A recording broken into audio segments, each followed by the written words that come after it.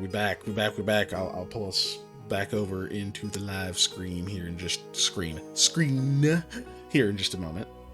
Making sure my setup looks good again. I think it is. If it's not, it's close enough. Also, why is Spotify open? Go away.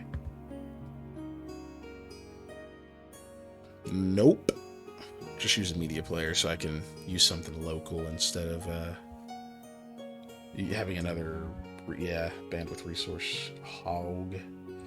Let's do that.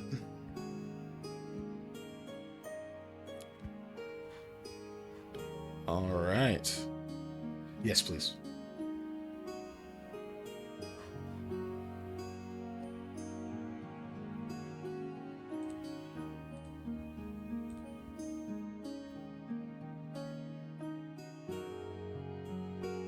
Oh, cool. Guess because you already agreed, it should be fine. Anyway, everyone can hear me, so they probably have no idea what I'm talking about. So let's go ahead and pull you guys on screen. Yeah. Where they can hear your voices, if anyone's still here. Hello. Supposedly 9 people are here. So let me get my So that's at least 5. dashboard. As long as you back guys up. close your eyes and imagine real hard, I'll still be here. We kind of need you here, bro. Well, I'm also imaginary, so that was my point. Oh, that's gotta what you mean. Hex, yeah. Okay. I don't know where we cut off. So, Samuel Goodbean was in Samuel the middle of Goodbean was describing introducing himself. Yeah. I was gonna say, I think you were introducing yourself there, Sam. Mhm. So go right ahead and We'll finish. start over then. Works. I'd rather do it right than leave it half finished. So I am short for a demi or a human, but I'm actually a Betty, which is a half-halfling, between a demi and a Volu. I'm about 5'7", and he has, kind of lightish blonde hair with deep brown eyes. And, he's kind of looking a little peculiar about these people that just rushed away from this building he's going to. So that's him.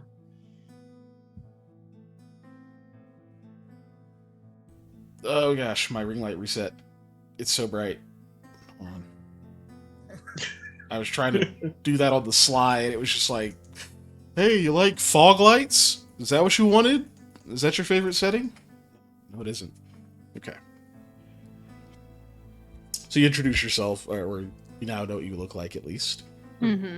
And so, Sam, as you're approaching the building that you're pretty sure is Alduin Logistics and Retrieval, you see Lamia up here right as the door is kind of closing, and she seems to have also just confirmed that this is what she was looking for while you're walking up.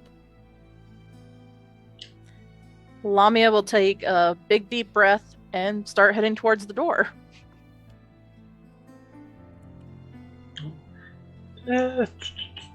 How far away am I from her in the door? Up to you. Okay, probably not super close. Because I'm trying to decide if Samuel would do that hurry up and hold door open thing, like his mom taught him he should do, or he's just like, no, a little too far, might be weird. He's probably going to go with the too far, little weird bit. So he's going to spit. Oh, another person headed there. I guess I'm going to double check that this is the place I'm supposed to be. Yeah. Okay. So Baldwin. Hyperphase, if you want to describe what the front of your business looks like. Sure. So the front of Alden Logistics and Retrieval is kind of a, I don't want to say rundown. Rundown's not the right word. Ill-maintained. We'll go with that. An ill-maintained storefront, kind of. It has a sign that says Alden Logistics and Retrieval. It looks like it was painted by hand and has just been sitting out in the rain and weather for the last 2 or so years. So it's definitely a little faded and isn't in the best of conditions. The windows look like they might actually be boarded up, or you can't really tell. And somehow everything about the building seems to be a little darker than when you look at it. You know how you have where there's like, it's raining on one side of the street and it's bright on the other side, and you just kind of do that thing where you're like, dark, not dark, dark, not dark. That's just the way that building looks when you walk up to it. And I believe it has a now hiring sign that is just It part of the does. wall. It does have a now hire sign that is also handwritten and is just straight up like screwed onto the wall. Yeah. So that's what you guys are approaching. Now, before you walk in, we'll give our viewers a bit of a sneak peek inside of the building, where you'll see a kind of smallish lobby with a few chairs and what kind of passes for a desk out front.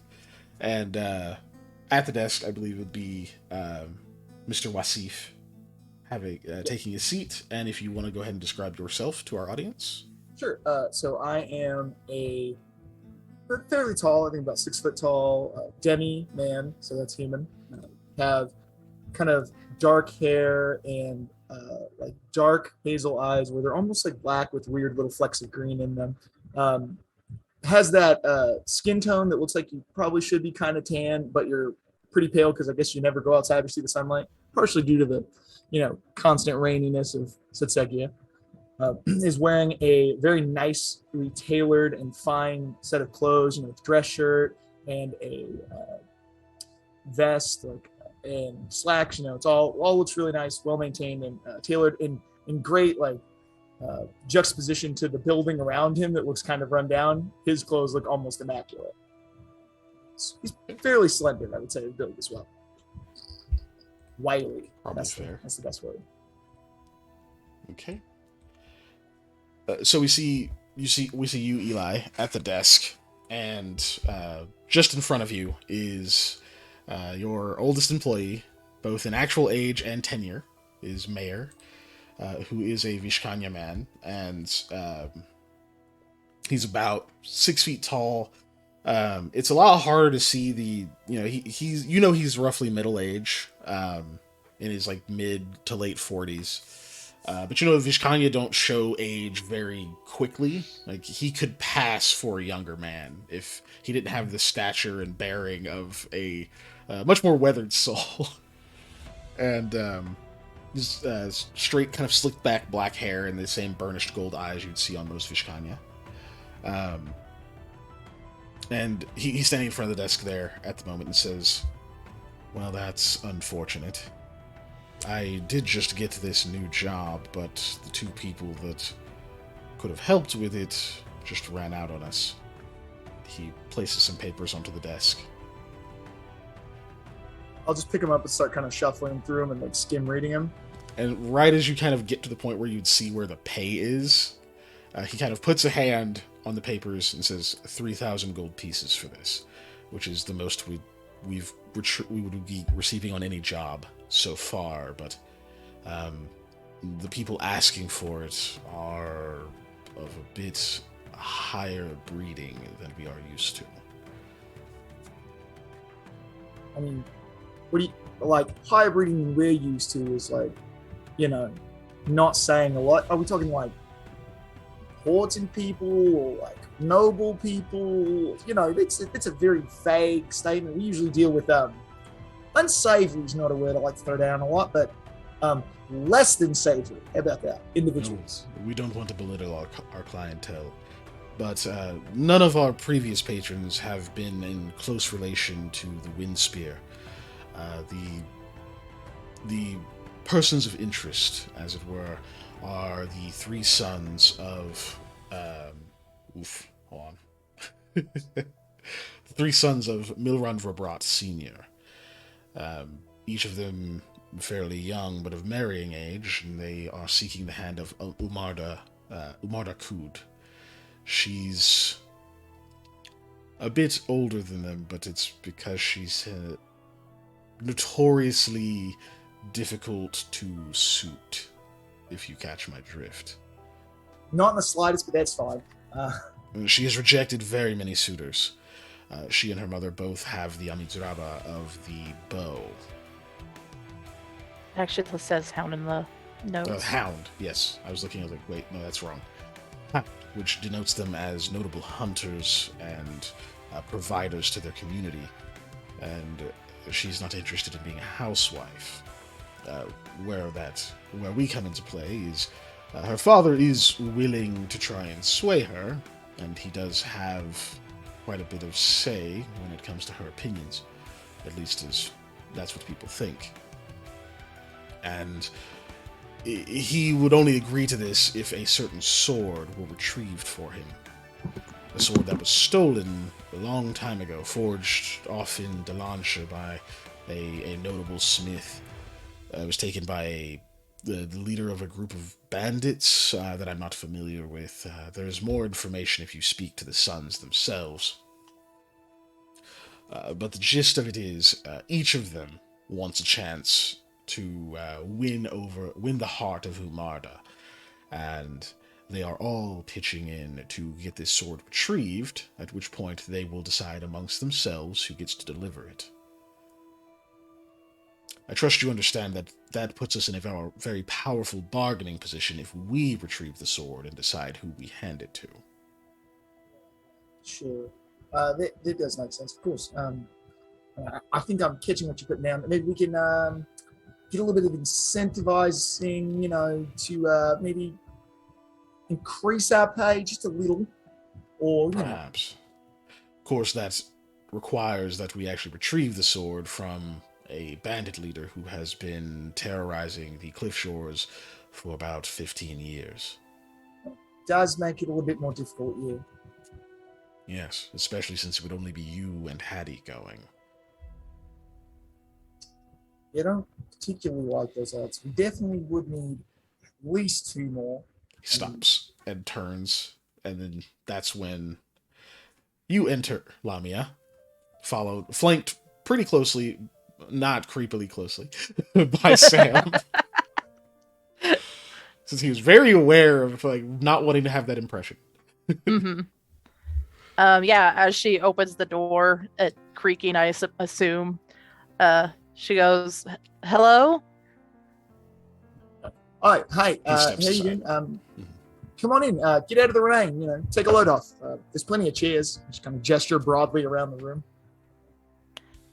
Lamia will go in, but she's kind of wary looking. She's looking. Her eyes are darting back and forth as she makes her way towards a chair that's close to Eli. I was very lean back and reclined when I was talking to Mayor, but when people walk in, I kind of sit up straight and take my feet off the desk, more proper way of sitting. So how can I help you? Are you here with a job, customers, need us to retrieve anything for you? I will say we are currently on a bid at the moment, so it may be a little bit before we can work you in, but I can definitely put you on the waiting list. Actually, I'd like to apply for a job here.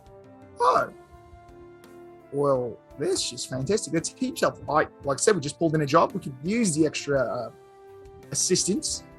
So, don't mind me asking, what skill set do you bring to the table that would be useful in retrieving, I don't know, any old item, perhaps maybe a sword? Oh, from bandits? Well, I just finished a job where we retrieved sentimental and expensive items. Not specifically from the bandits, but what they left behind in a wagon. I had to fight off a bugbear for it. Right. Well, so you got the fighting skills, right? You look like you can fight things. You're a bit, or you look like things fight you at least. Yes. All right. Great. Fantastic. It's wonderful. So, when can you start? Anytime. Oh, well, excellent. Mayor, I just look over to him. Can we start her onboarding nowish? Certainly, but it seems we have a second guest as well. Oh, motions to Sam. Also, pull up a chair. There's less than plenty now, but there's still enough. Oh, Panda, I think you're muted, Ben. Yep, it got switched on my cable. I was wondering why there was nothing from you. I kept looking over, and I just saw him. Every time I looked over, I just saw him smiling kindly into the camera, and I was like, I guess he's just waiting. I would have. When she sat down, I would have kind of sat in a chair, kind of behind her, kind of waiting in line. Is what I would have done when I was addressed. I'm also here, kind of looking for work. apparently need help, from what I hear. Yeah, could definitely use the assistance. So what do you do? Well, that's kind of a big question. Well, then let me narrow it down a little bit. I'm going to get real hypothetical here. Okay. Hypothetically, what could you do to help retrieve a sword from a group of bandits who don't want to give us said sword? Well, I'm pretty good of getting through, smaller spaces. I'm a little bit smaller individual, as you can tell.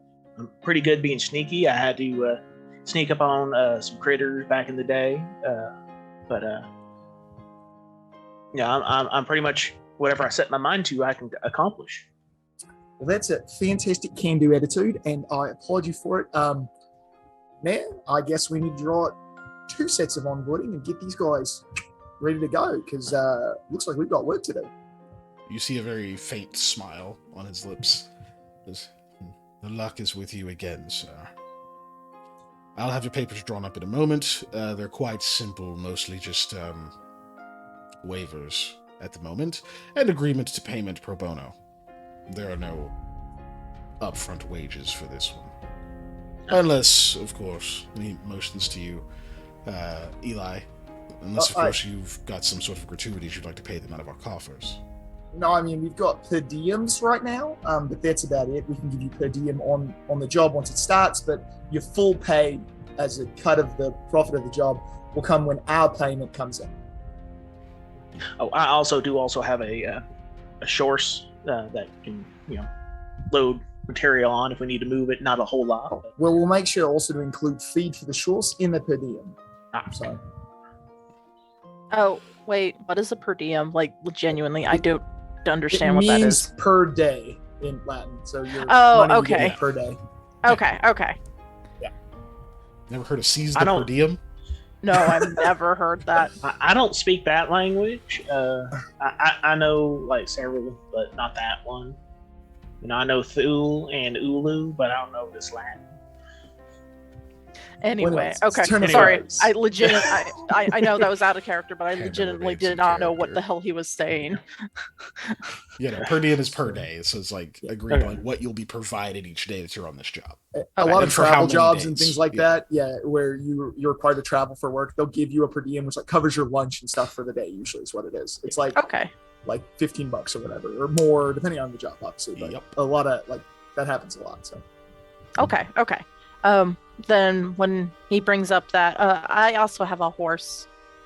All right, well, we'll roll that into the team as well. I mean, it's good that you all have your own animals too. The mix would have been mighty tight if you had to transport all of us, or we'd have taken a really long time walking there.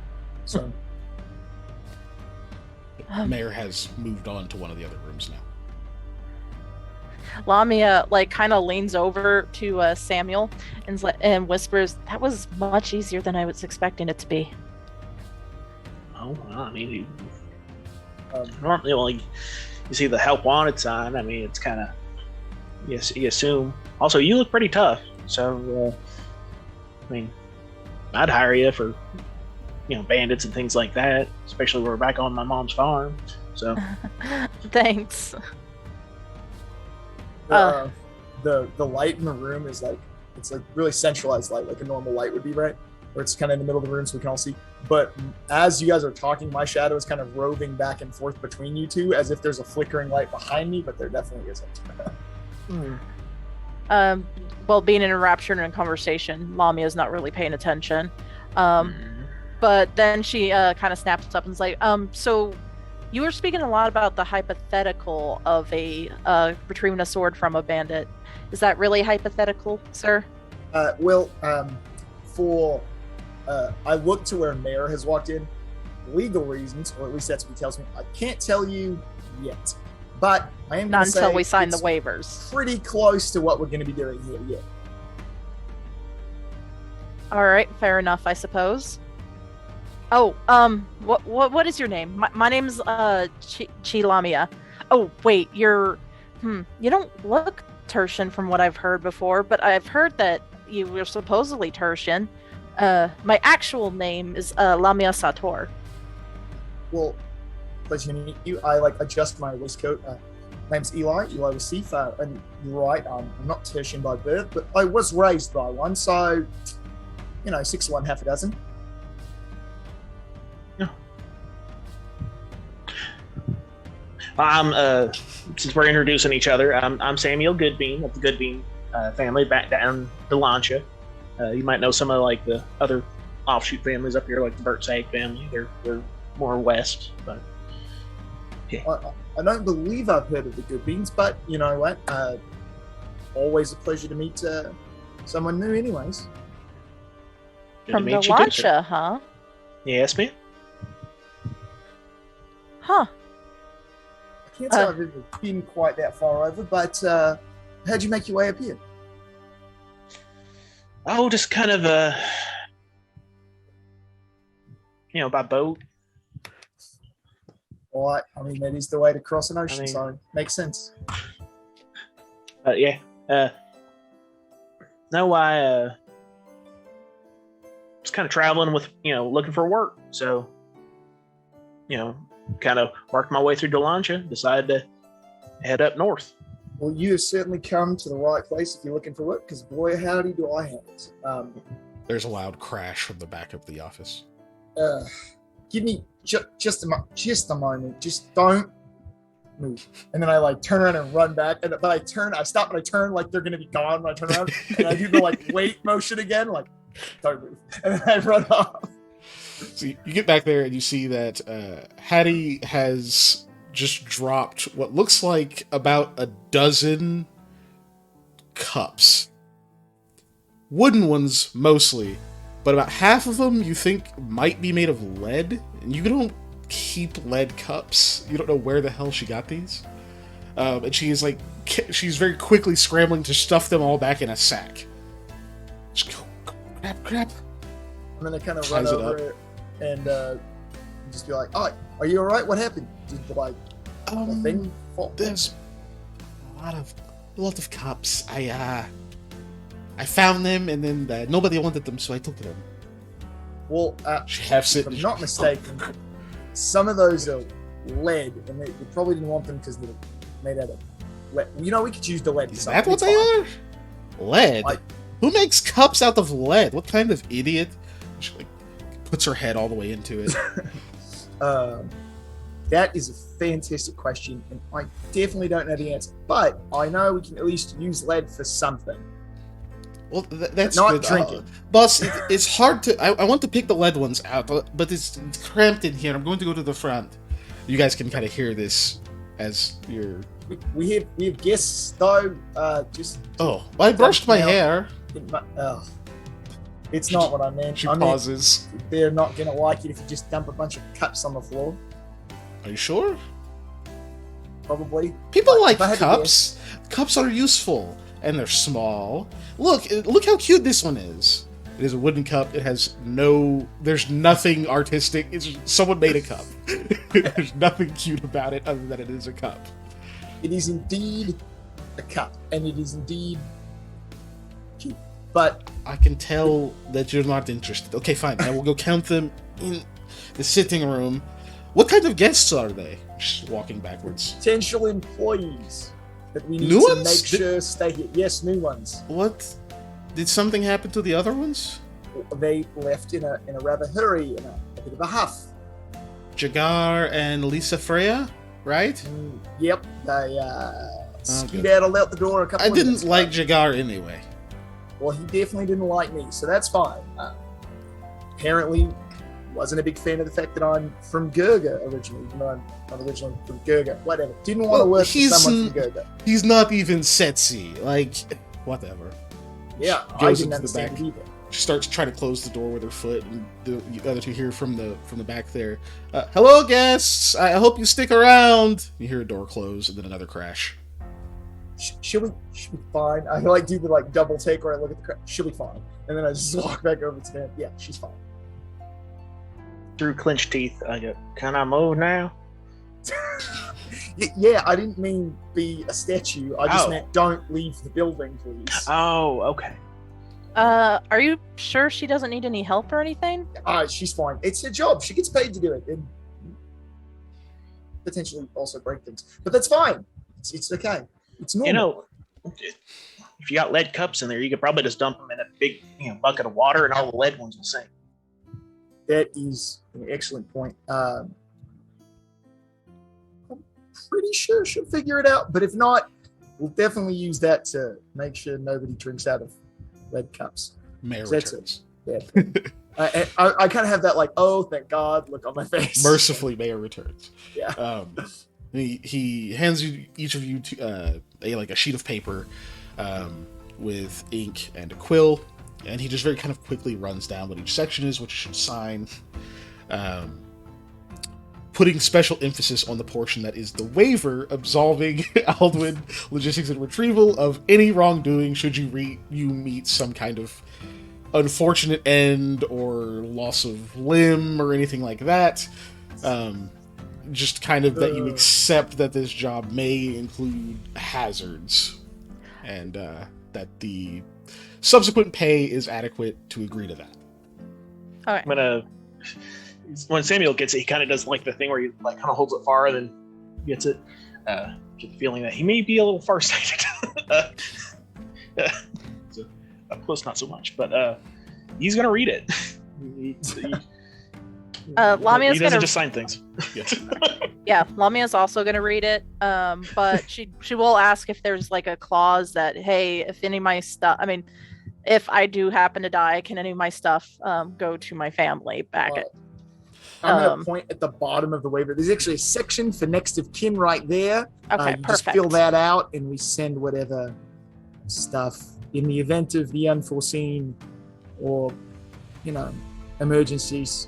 Yeah, that's what that's for. Yes, that right section used to be smaller, but we adjust.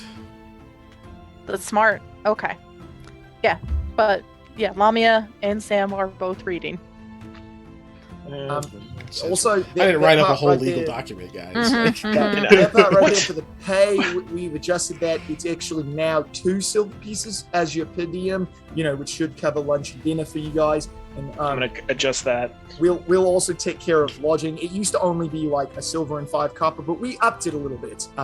That should also cover the expenses of taking care of your animals. So that's 2 silver now, not 1 silver and 5 copper. Just so you know. As you will see, you're also entitled to, if the job that we accept entitles you to collection of anything on the grounds where you will be headed, these contracts, of course, entitle you to a split of that as well. But also, they indemnify us if you steal something that's not our fault, it's on you. So you can't commit crimes and blame it on me. Precisely. Yeah. Wish I didn't have to put that in there, but previous employees made that necessary. Is it stealing though? If it's already stolen, like we're stealing bandits. Look, Isn't that repossessing it?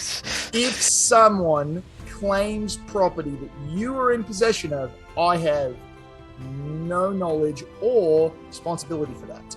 It's all on you. You can sort that out with whomever. That makes sense. I will not be dealing with that. All right. Yeah, I can agree to all of these. So Lamiya will sign on the lines that Mayor pointed out. I will do signature or initial fine. Initials are fine. Okay. SGB. SGB. He collects them. Emil Goodbean is a lot to fit on a line. Right. He gives a very slight bow and says, "Best of luck. Probably should start with talking to the ones who commissioned this, but I'll leave it to you. That's more of your expertise."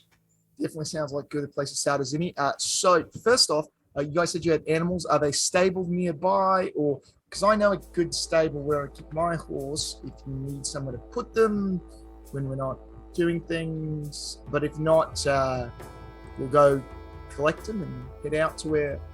Hold on, I shuffle through the documents, try and find where I actually need to go. I have that handout, so. Sorry, I was looking at chat. Did you need my help with something? No, he's looking at the To see where I need to go. Yeah, okay, got it. Get it. Okay. Oh, looking at the job. Yeah. Yeah. Mhm. Yeah. I think it says where they are. If it doesn't, I can tell you. See it, but it doesn't mean anything. Okay, yeah, it doesn't say what part of the city they're in. That's okay. They are in they are southwest of you. They're still in Windforge, and I will actually move us over real quick. Oh, that looks solid gray. That's not helpful. Gosh darn it. Let me move you guys over to where you can see the city. I prefer liquid gray. Oh, big form of- is that a fan Metal of Gear Solid gaseous joke? gray. That would be I- fantastic. I think Uh, it's just Everybody can agree that solidus gray is a dumb one. What about plasma gray? Can we go with plasma gray? I like plasma. I see the city. See the city as well. the But yeah, when central part of it. Asked if our animals were stable nearby. Oh, she's just outside. Yeah, she's fine. Well, I was gonna say we can stable them up because we're just taking a quick trip down, not far from here, so we don't need to ride. So I've got a stable right over there. You can just put her in, and we can head off. Yeah, I would like to put Chetla in a stable, please. Where's my marker? Oh, Ginger as well. That's a delightful name for your horse. Is it named after the root shorts. vegetable or the color? A little bit of both. She her coat's white with some orange in it. Do you know what a pinto is? Like the horse. Bean? Okay, yeah, similar to the bean. Okay. Yeah, but yeah, sure. I've heard of pintos. Yeah, kind of like them paint horses. Yeah. Right. Okay. set this up beforehand because I'm super good at this. There we go. So Nix, is that your horse or like Right, yes. Nix is my horse. He's like Shire? Or... good boy. Well, oh no, he's quite a big man. He's oh, excuse me, but he's not like Not like a workhorse, more of a no. Yeah. He's a right Average? for sure. Yeah, Ah, he's your You guys Didn't are know like what's walking your- and talking right now. Yeah. yeah. Well, 'cause while we're we- gonna put the horses up, Okay, or the shorts and the horse up, where Nix is. fair enough. y'all don't know. A horse is a Don't let sheep me know. horse, Don't let me interrupt you. which is a horse with a woolly coat. I just saw the deity on the horse. There you go, shorts. Ah. But yeah, no, Nix is a stock horse, so he's like it sounds. He's an average horse, if that makes any sense. But good stock, great for riding.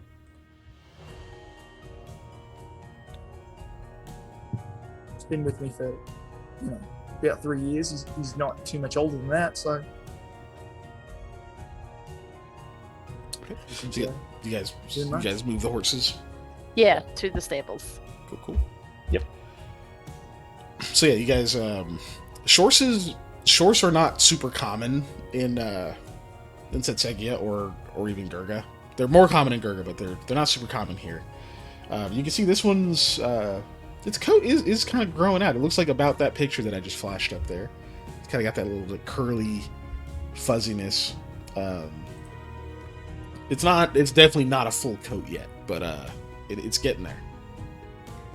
Lamiya's eyes sparkle seeing it, possibly for the first time ever. So, she looks over at Samuel and is like, "Can I pet Ginger?" Oh, of course. Just let her give you a good sniff. You want to feed her a snack? Well, that can wait till later, but Okay. petting must happen now. So Lamiya will approach carefully, let Ginger sniff at the back of her hand, and then pet Ginger. Okay. Roll an animal handling real quick. Heck yeah, let's get that one party Uh, started. I believe because I'm assuming Samuel, you're not like I'm not. egging on Ginger to No, to no. bite her or something. So you're gonna get No. a +4 to this. +4. Okay. Mhm. Boop boop. I don't know how that happened. I Did you added. put did you Oh, put plus 4? Take the. You I gotta mu- keep the plus out. Yeah, you gotta. Take the okay, plus yeah, out. that's probably what happened. Just put 4. So Which. There we yeah. go. So I think our rule, our blanket rule going forward is if you don't roll with the proper bonuses, you have to re-roll. I think we're just gonna stick with that because we just did it. Okay. Makes Okay. sense to me. So even whether it's for your benefit or against it, if you don't put the bonuses in, we re-roll.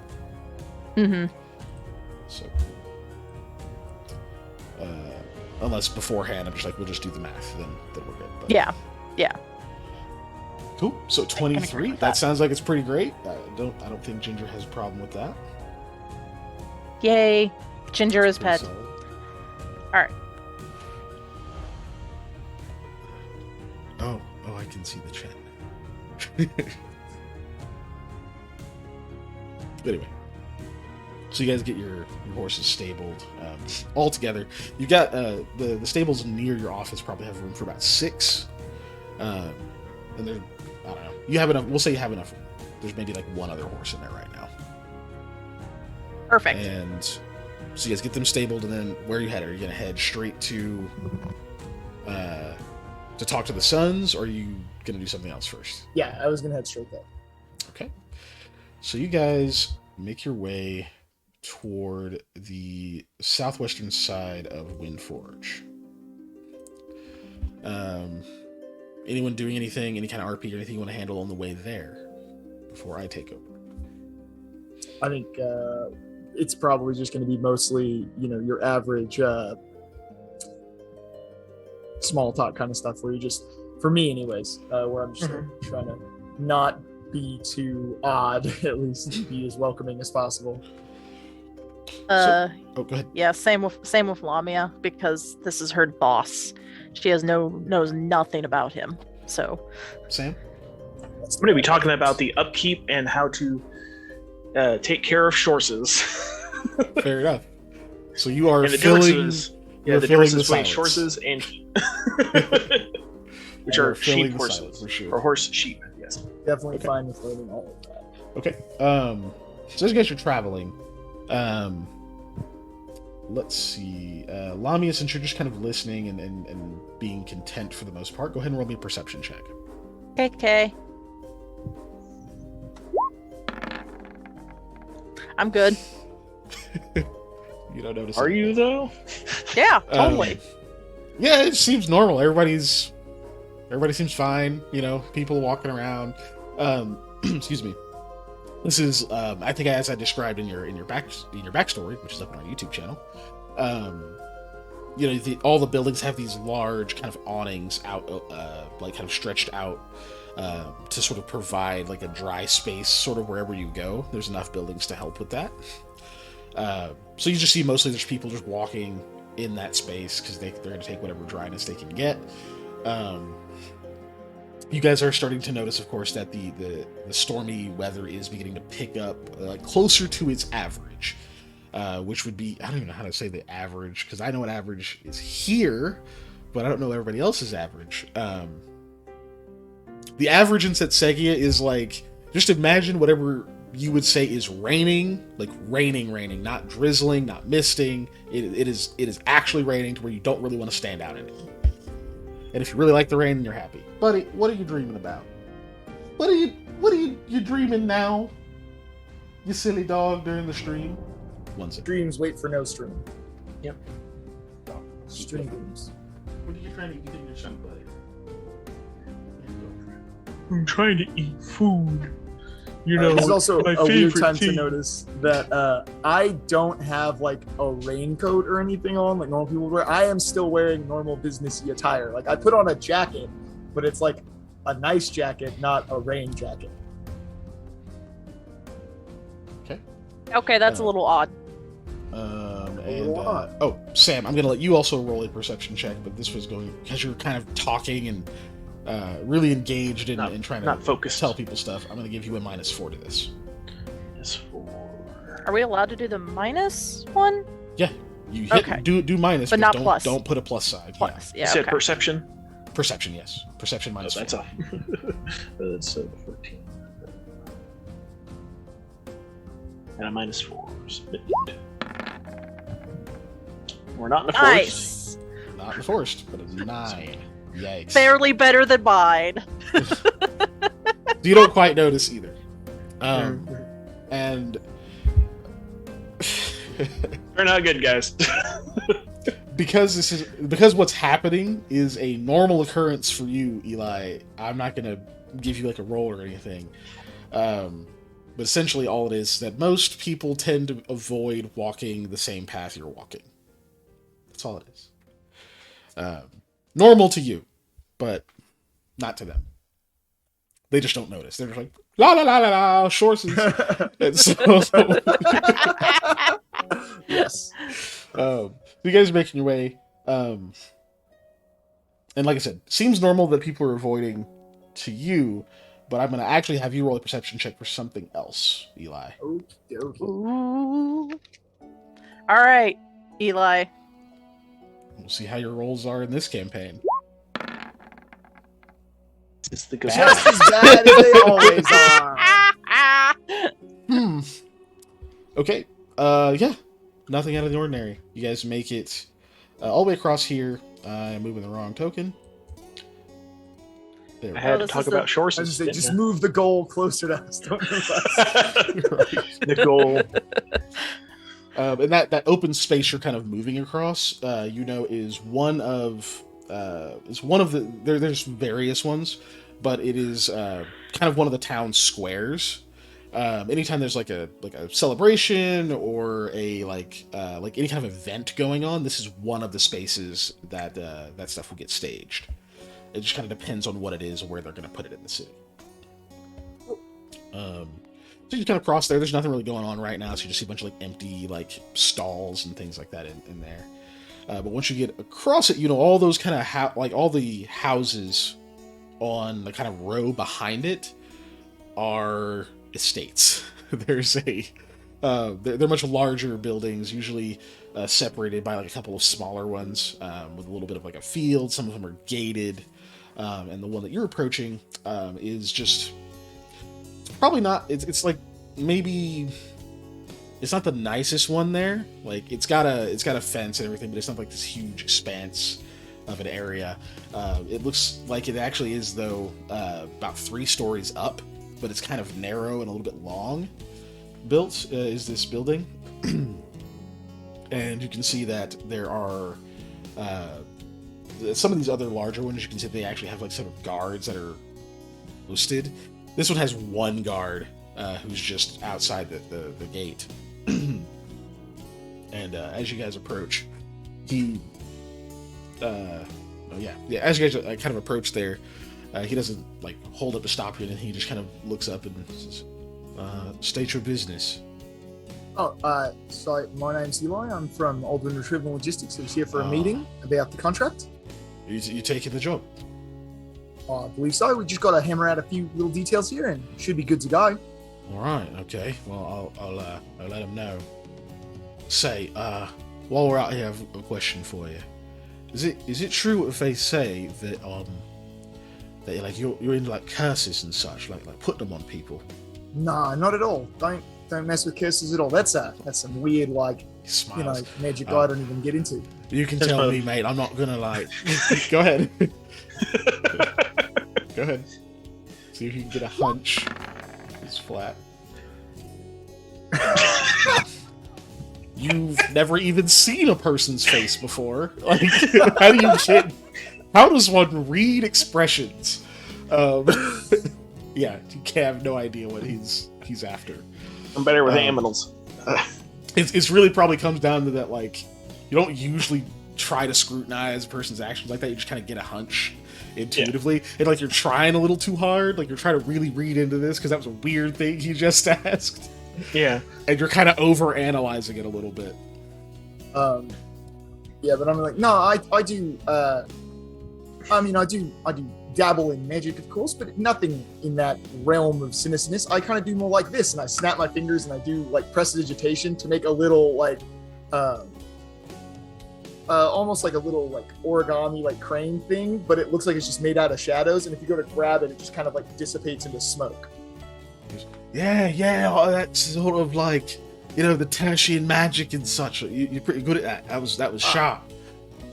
Yeah, I know a little bit of that, but I don't know anything about like curses or anything. That's not my It's field not of all the same. expertise. Nah, All it's, right. it's a little different. Okay, well, yeah, forget I said anything then. I'll go tell him you're coming. He walks through the gate and heads.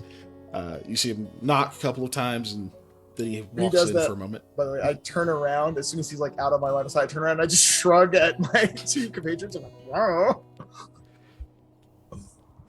wow. Lamia will also shrug because she's heard rumors of possible curses. So we'll see. Shrug.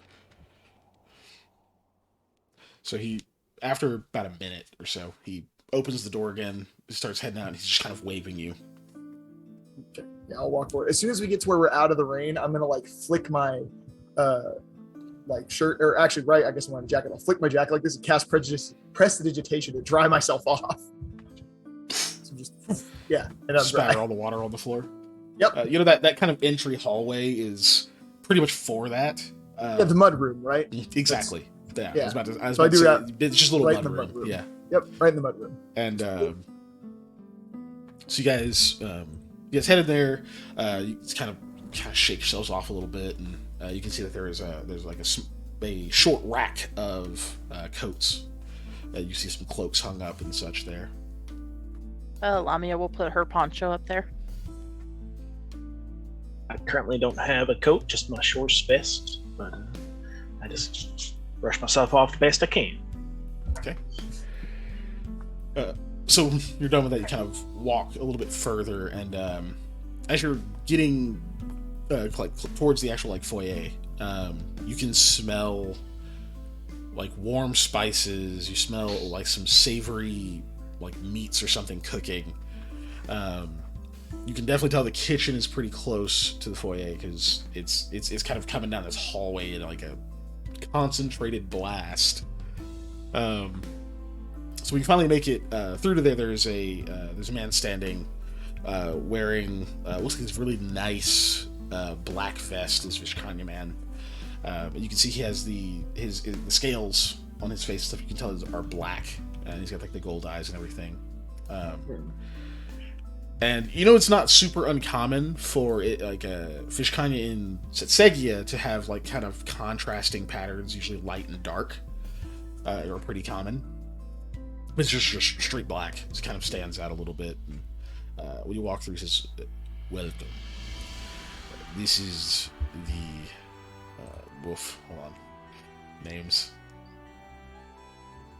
I want to make sure I get it right. This is the Vrobrat Manor. I believe this is the men who took the job for retrieving a sword. Yes." Yeah, it's us. Follow me. He motions for you to follow him. He heads into this foyer, which is just like, it's pretty big. It almost looks like it shouldn't fit in this kind of house that looks sort of narrow from the outside. But you can see like a couple of doors that go further in, and there's a kind of one to the side that you think might go to a closet, or it leads like outside to a side area. So you can tell this is sort of the entry point to the entire house. And you see like a set of stairs off to one side leading up. But he leads you down there and lets you sit in these like really comfortable chairs. That like warm spice smell is getting even more intense. And there's a little small table that he pulls out kind of between all of your chairs. And it's got a little pitcher that has some kind of steaming liquid inside of it. And then he kind of goes over to a different little area, like across the room, and takes 3 small cups and sets them out for you. He says, "They will be out to greet you soon. Milran Vobrat II, Taga Vobrat, and Irgut Vobrat." Well, thank you kindly. The drinks for us then? Yes. Help yourselves. Fantastic. Thank you. I'll just grab one and kind of take a seat somewhere, I guess. Yeah, he's got like 3 chairs kind of there. Yeah. Were you guys say something, Handa? Is it Vrobrat or Drobrat? V as in Victor. Yeah, I was gonna say Vo with the. It's on the The notes. sheet, The which you should be yeah. able to see. Yes, of course it is. Yeah, you should all be able to see that. Yeah. Mm-hmm. Because I'm super smart. No, yeah. It Yep, is- yep, that yep, is yep. The Smart. suitors. Yes. What kind of material are these cups made of? Not lead, hopefully. They are not lead. Oh, okay. goodness. They're good old not lead. Yeah. I'll say. Lamiya's just gonna. They're sorry. wooden. They're just wooden. Okay. Lamiya's just gonna stand nearby Eli instead of sitting down. Give off like the kind of bodyguard aura that she's used to doing. I will notice this and be like, "What are you doing? Sit in a chair." Kind of weird when you're the only one standing. You know. Well, professionally, I've been taught not to sit down until, I guess, your guest comes. Well, We're we'll the stand guests. up when they get here, but yeah, we're the guests this time, so take a seat. Very well. The drink is a very warm apple cider, by the way. Ooh. It's really heavy on the cinnamon, and there's quite a bit of ginger in there. So you can tell it's kind of meant to sort of They put your Sensitive. shorts in. No. just the whole fucking shorts into the secret ingredients. Anyways, That's why it tastes so good. It has meat in it. My goodness. Don't tell the vegans. apple cider or meat in my apple cider, I'd be very upset. God, I Well, can't I have mean, shit. like, Anyway, haven't you ever made like not pot roast, pork chops in like an apple cider? Yeah, it's delicious. well, apple No. goes good with pork, yes. I but- have not. It's delicious. Oh wait, of course you have. You're right. I'm sorry. I forgot. You might have had it It's okay. before you went all veggie, man. But I didn't make it, is my point. Yeah. Hey, I've haven't you never ever made had apple juice smothered on tofu? it. Actually, I think I have had that. Wow. I have, because I was bored. I don't know. I think I used apple cider vinegar, actually, probably. Regardless, I apologize. Yes, us go on. Sorry. No, I'm also derailing. Let us My bad. leave. Let's keep going. Uh Professional derailer, that's what it should say. oh. Roll 20 is freaking out on me again. Hold No. That's no bueno. on. It's fine. We'll see Quick. what happens. Why? Cast a mystical Wow. spell on it to feature their website. What? I don't know. I was just gonna say at 2 roll 20, and then you went all somewhere. Oh man, this looks like it's gonna be a start of a great adventure. With our roles. I mean, yeah. Get them all out at the beginning. Well, That way- you guys can. Mine will just keep doing that. I'll recover every spell I cast, but every other roll is gonna be terrible. I'm gonna hire a priest to cleanse your PC. It's a different computer. That's the sad Oh, part. no. It's just me. Oh no. Uh, Uh-oh. Hold on. So shorts wool can be made into many things. We normally like to make it into like a thread that you can use to like Kiken, weave is with. it still freaking out on you? It's not loading at all. So, Oh. right now. And you take it and like that's what my vest here is made. I also made some socks out of it, and that's why I have Ginger. She got that like multicolored coat. She's not as good for the wool production, for selling it because you don't get as much of the same color.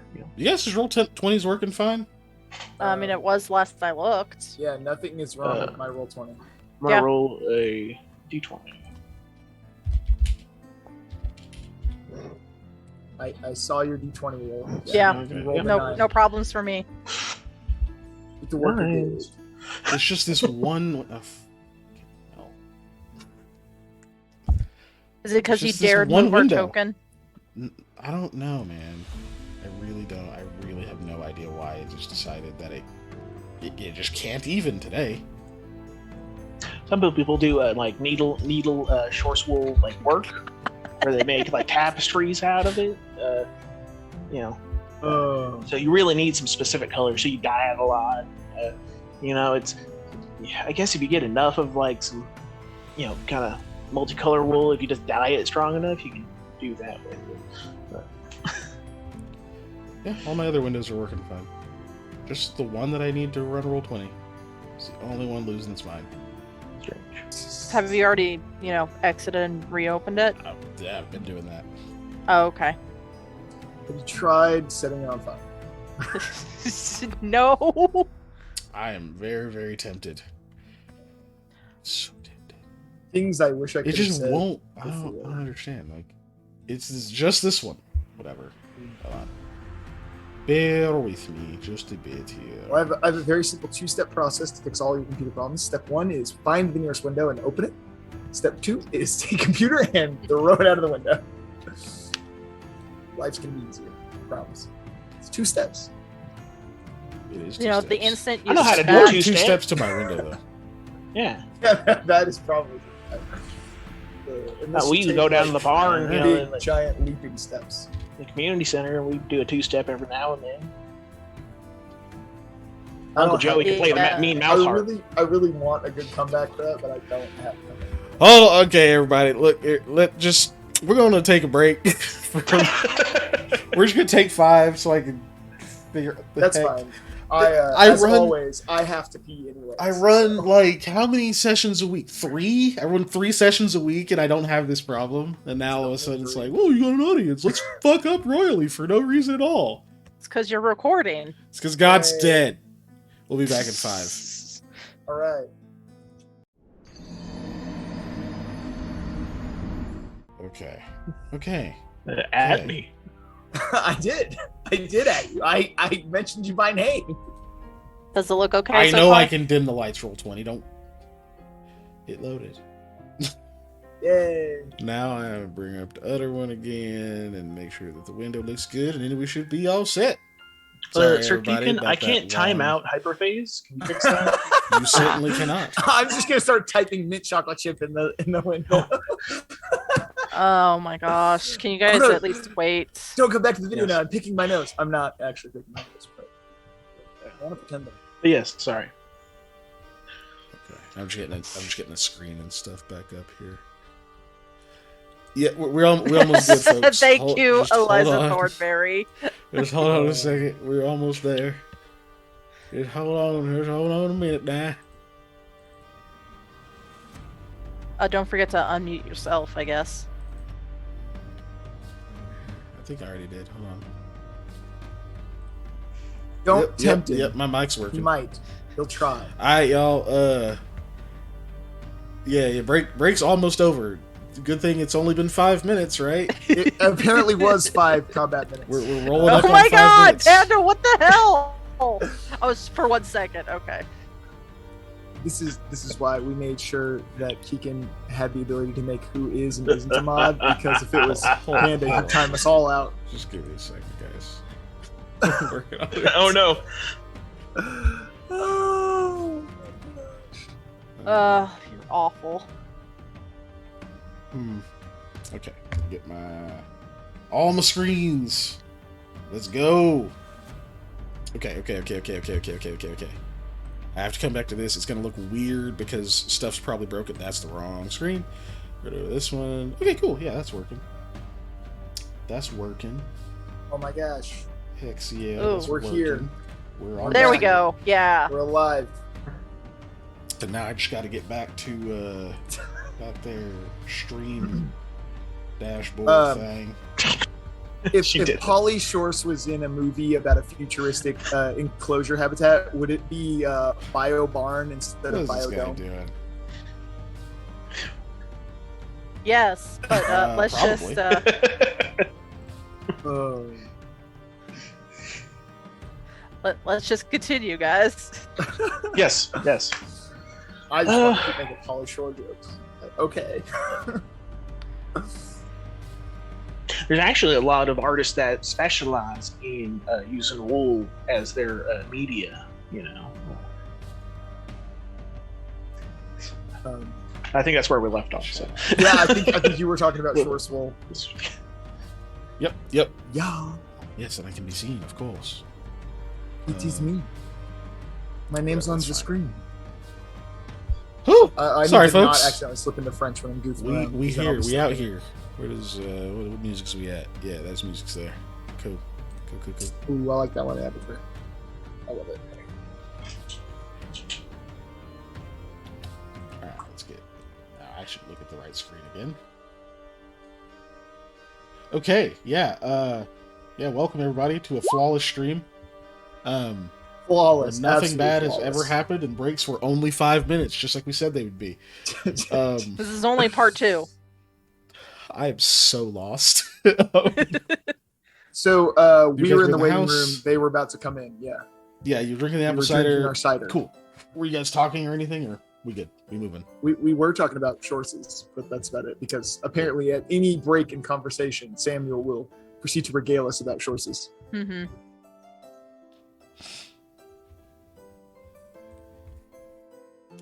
Okay.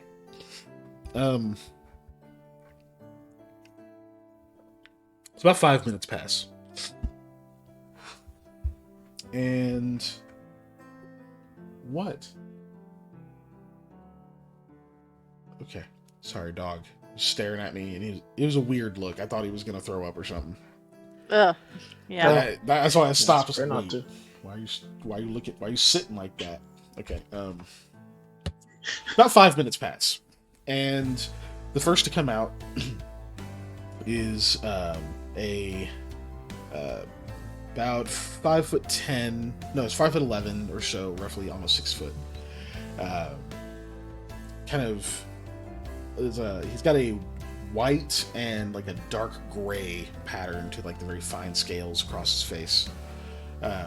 And for those of you who aren't familiar with like Vishkanya, they mostly still look very human-like the shapes of their faces and such. And the scales are very, very small, enough that they almost mesh with the skin, but they can have different like intricate patterns, much like that of a snake. And you can tell this is a probably consider maybe traditionally good-looking young man. He's got this like dark, kind of auburn-colored hair, some of it kind of framing the face, and then a long ponytail at the very back. Wearing very nice, clearly like this really nice jacket that you can tell is not something you can wear outside here because it will instantly be ruined. But he has a little like a side sword on his hip. As he walks out to greet you, he gives a big smile when he sees you all. He says, welcome, Aldman Logistics and Retrieval. Thank you for taking the job. And he walks over and shakes each of Stand up your to hands. greet him. Yeah, I stand up to greet him. Pleasure to meet you, sir. Of course. We're just here for a couple questions. Try and get some of the finer details lined out and get going for you. Of course, I am Milran Vobrat II. I am the oldest of the sons. My 2 younger brothers will be around in a moment. They're busy. We were doing some practice. See, I was overseeing, and since I'm not there is a chance they will try to one-up one another. Twins. But it's good to have you here. So some details on the job. Okay. I'm sure you read the papers we gave you, but they probably don't tell the entire story. This woman, Umarda, she's not like many other women that we've met, and she is a very good hunter. Her mother's entire line has been, and that's something very valuable, not only to me personally, because it's something that I respect, but to our culture.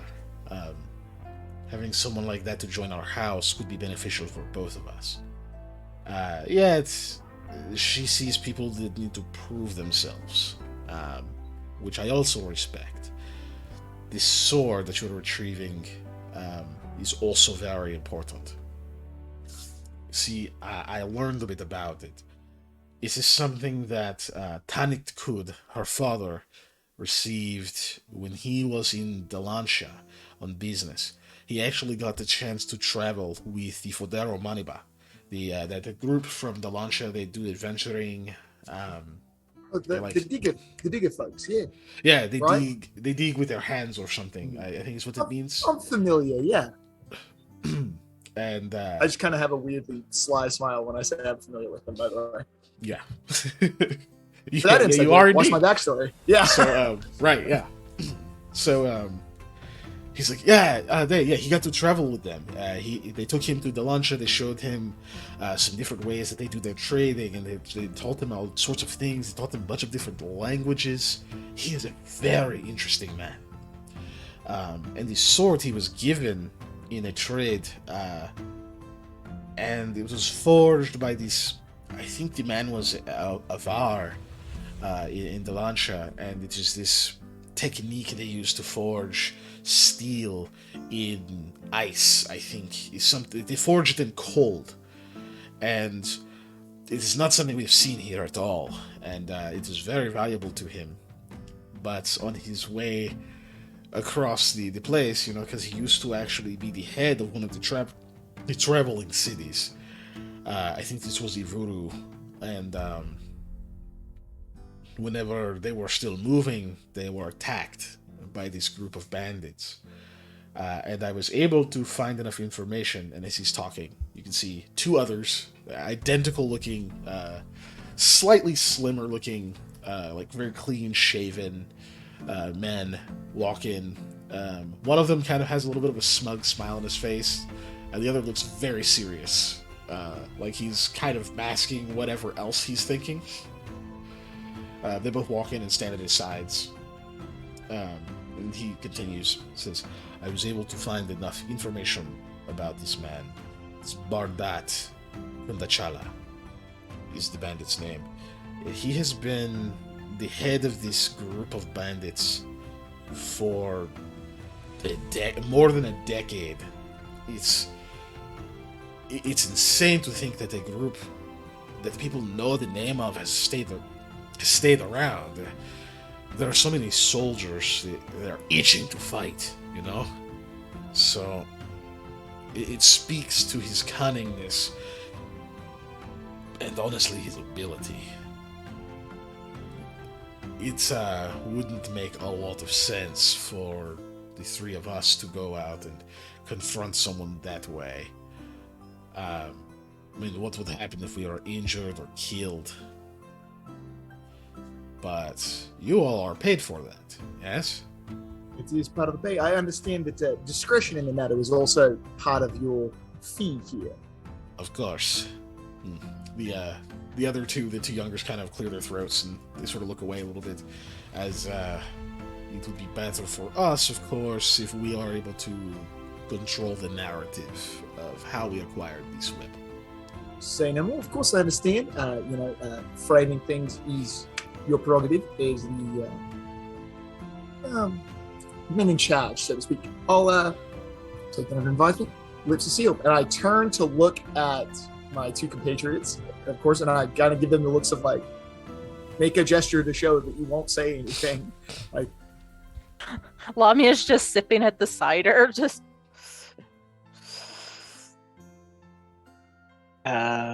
Sure. Right. See, there you go. Discretion Much is appreciated. part of our service. The one to the right who looks very serious is like, if I may interject, it is not a matter of bravery. We would like to go and take the sword back from Kundachala. Our father will not permit that. So we had to use our smarts and our assets rather than our strengths. Anymore, I make no judgments on who, why, or how people hire me. I'm just here to get what you need. That's another thing. Try not to ask too many questions. Why you need it is your business. Of course. Back to the older one. The Milrandor brought this second. Of course. So, we have a map I can show you. The area where we believe he is most active. You will have to do the hunting down. Yes. How you retrieve it, irrelevant. If you blow all of them up or curse their children or whatever it is you do, that is your prerogative. Just bring us the sword back. Specifically, if you look for me, I am most easily available and I am probably easiest to find. The one to his left just clears his throat. Actually, our older brother is generally pretty busy. You may try to find me, Tagavabrat. I am usually more the one who gets around town and I talk to people. As you can see, I have such a charming personality. And the other twin kind of rolls his eyes. Says, "Yes, he is way more charming when he finally wins a sparring match. But honestly, you can probably find any of us the easiest. You are experts in finding people." That is true. I mean, I assume it should be pretty easy to get this back to you once we obtain it. Obtaining is going to be the hard part. Getting it to you, that'll be the easy part. He looks at the other two brothers and says, "And since I didn't insult your intelligence, I hope you remember this conversation when we decide who to hand this sword to." I just kind of have that like smile and nod thing that you have when you're like, I'm not committing to anything. Right? You said they were identical twins or fraternal twins? The two younger ones are identical. Oh. I Your mean, notes, they say fraternal. it says fraternal. They look identical. Okay. Yes. Yeah. I should clarify that. Yes. Okay. Anyways, I produce a map of the area because he said, if I have a map, he can show me a map. So I produce a map of the area from my bag. Okay. We will take you to the map. Look at that. To the map. Big pretty map. Look at map. Pretty map. Big pretty map. So many things on this map. I like maps. Don't you dare freeze. I will kill something. Okay. Okay, now I'm going to make something visible once I go to that map. And that goes this thing. And the map stops being blurry. Someone asked what you're drinking, Panda. Coffee. I could have told you that without looking. Whiskey. No. So the areas where that red little camp thing is not pinpointed where it is. That black aura around it's somewhere in that area is their hideout. So he points that out on your map and gives that back to you. It says, yes, as you can see, we are willing to pay quite handsomely to have this done. Most of the discretion, of course, is we definitely do not want certain parties finding out how we obtain this. If you need to fill a few people in to pull strings, so be it. Just make sure they keep their mouths shut. Uh-oh, Dave, I can't hear you. Oh, now I can hear you. Quite doable. I'm assuming the people you most don't want to find out are the Good family. Precisely. Right, yeah. Santa Monica. Would your father be amenable to this, or should I also try and keep him in the dark? I'd say the least he knows, the better, to be honest with you. But he understands what's happening. Okay. Fair enough. One of the sorry. Look at the thing again, 'cause I don't know anybody's names. Too bad at it right now. You're good for Brat, which is the twin on the right. Seems to be watching you, Sam. He has a kind of a curious look on his face. I kind of, as I realize he's looking at me, I kind of do a slow, He kind of leans over and whispers something. Whispers something to the oldest brother. If you'd like to try to pick up on what that is, I need a perception check. Wait, might as well. I'm not doing really anything else. Perception. I mean, surely you can roll better than a 2. Surely, yeah. There's no possible way to roll lower than that. Don't tempt him. That appears to be a 2. I rolled a 2. Looks like a 2 to me. So yeah, We're not in the forest, are we? You're definitely not. This is the forest of society. Sorry. So you see him kind of lean over and whisper something, and the oldest brother looks at you saying, says, "Are you sure you're amenable to this? You seem uneasy at the mention of secrecy." Well,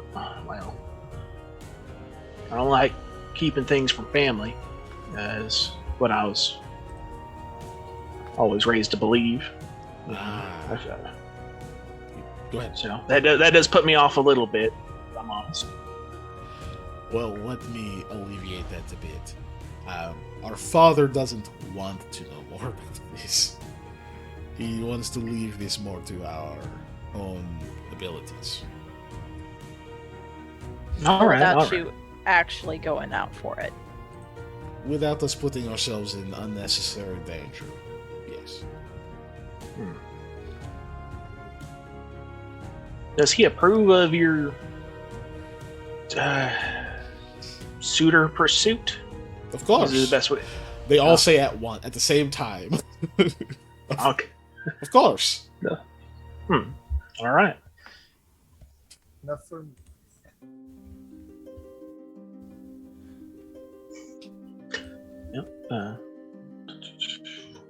Well, it's good enough for me.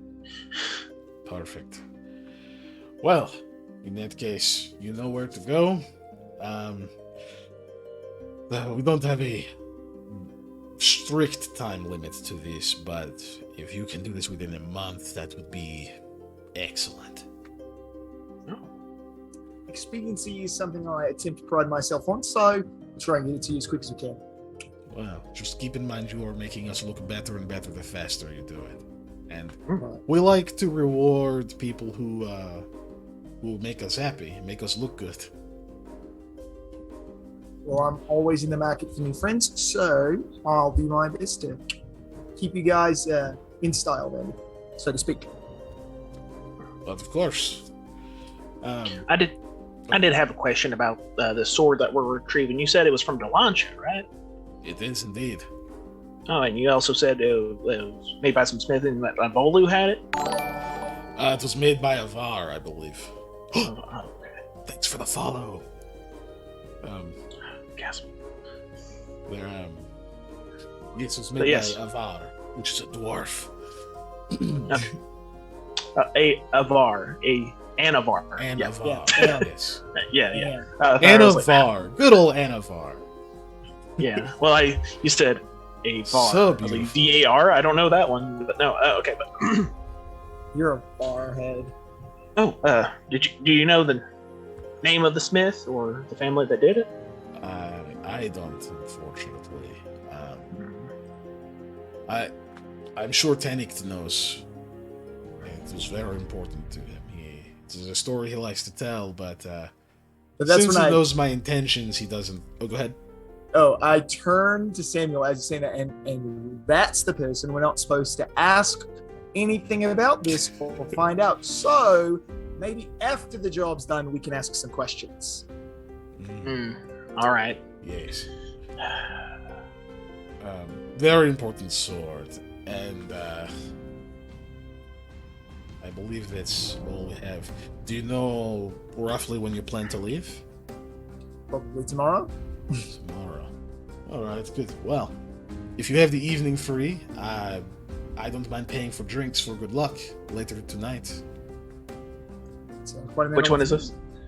This is the oldest one. Okay. He's sure the my one doing colleagues- most of the lead talking, and I'll specify. I'm going to for start a you. tally on which one of these people schmoozes us the most.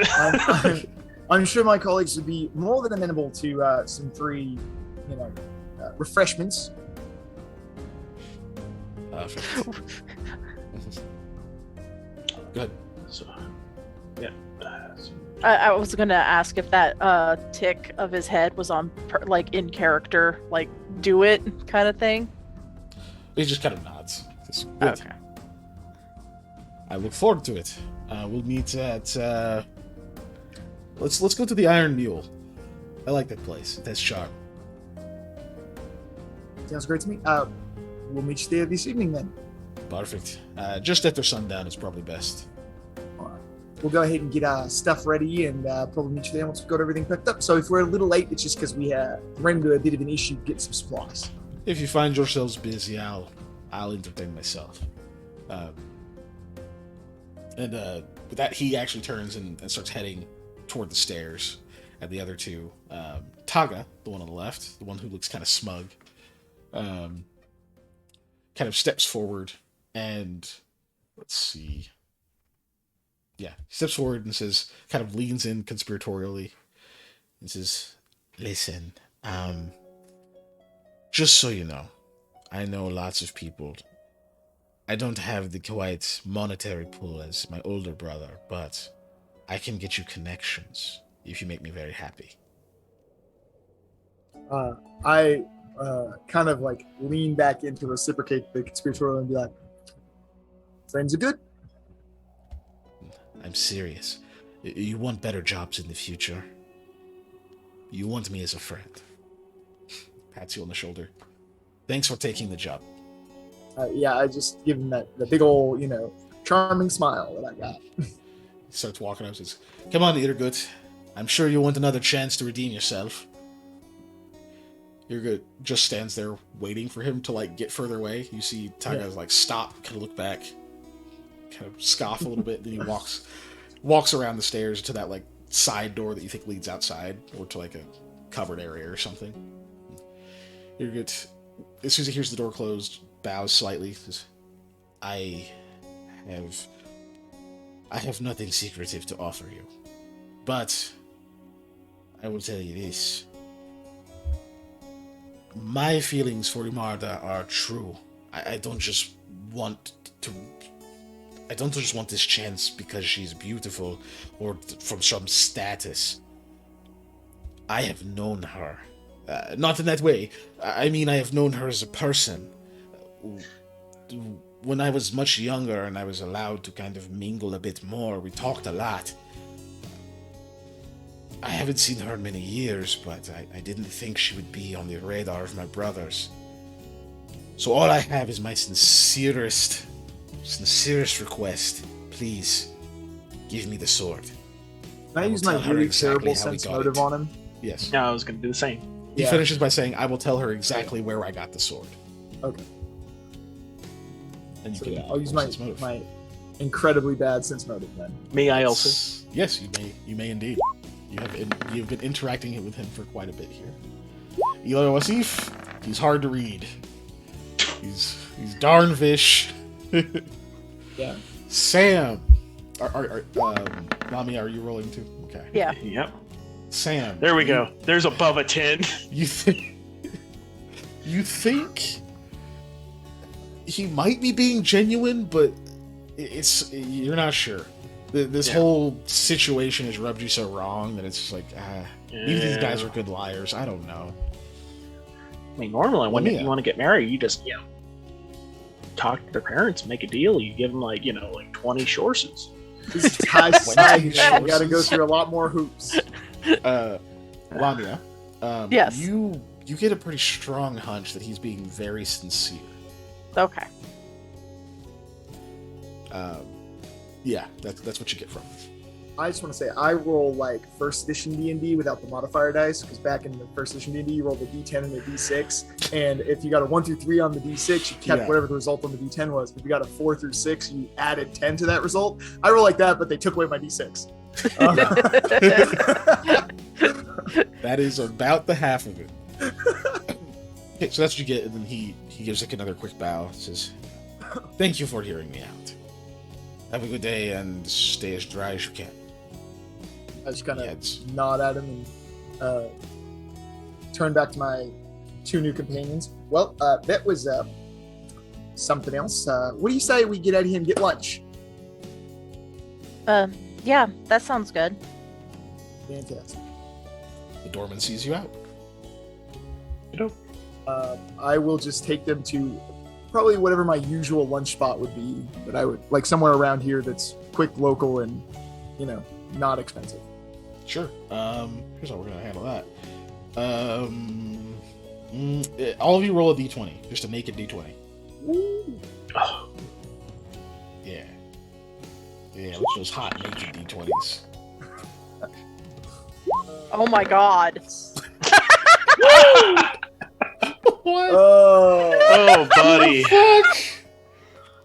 They took away my This is modifier gonna be dice. rough. Natural Y'all, this eights. campaign's gonna be about 10 episodes. Get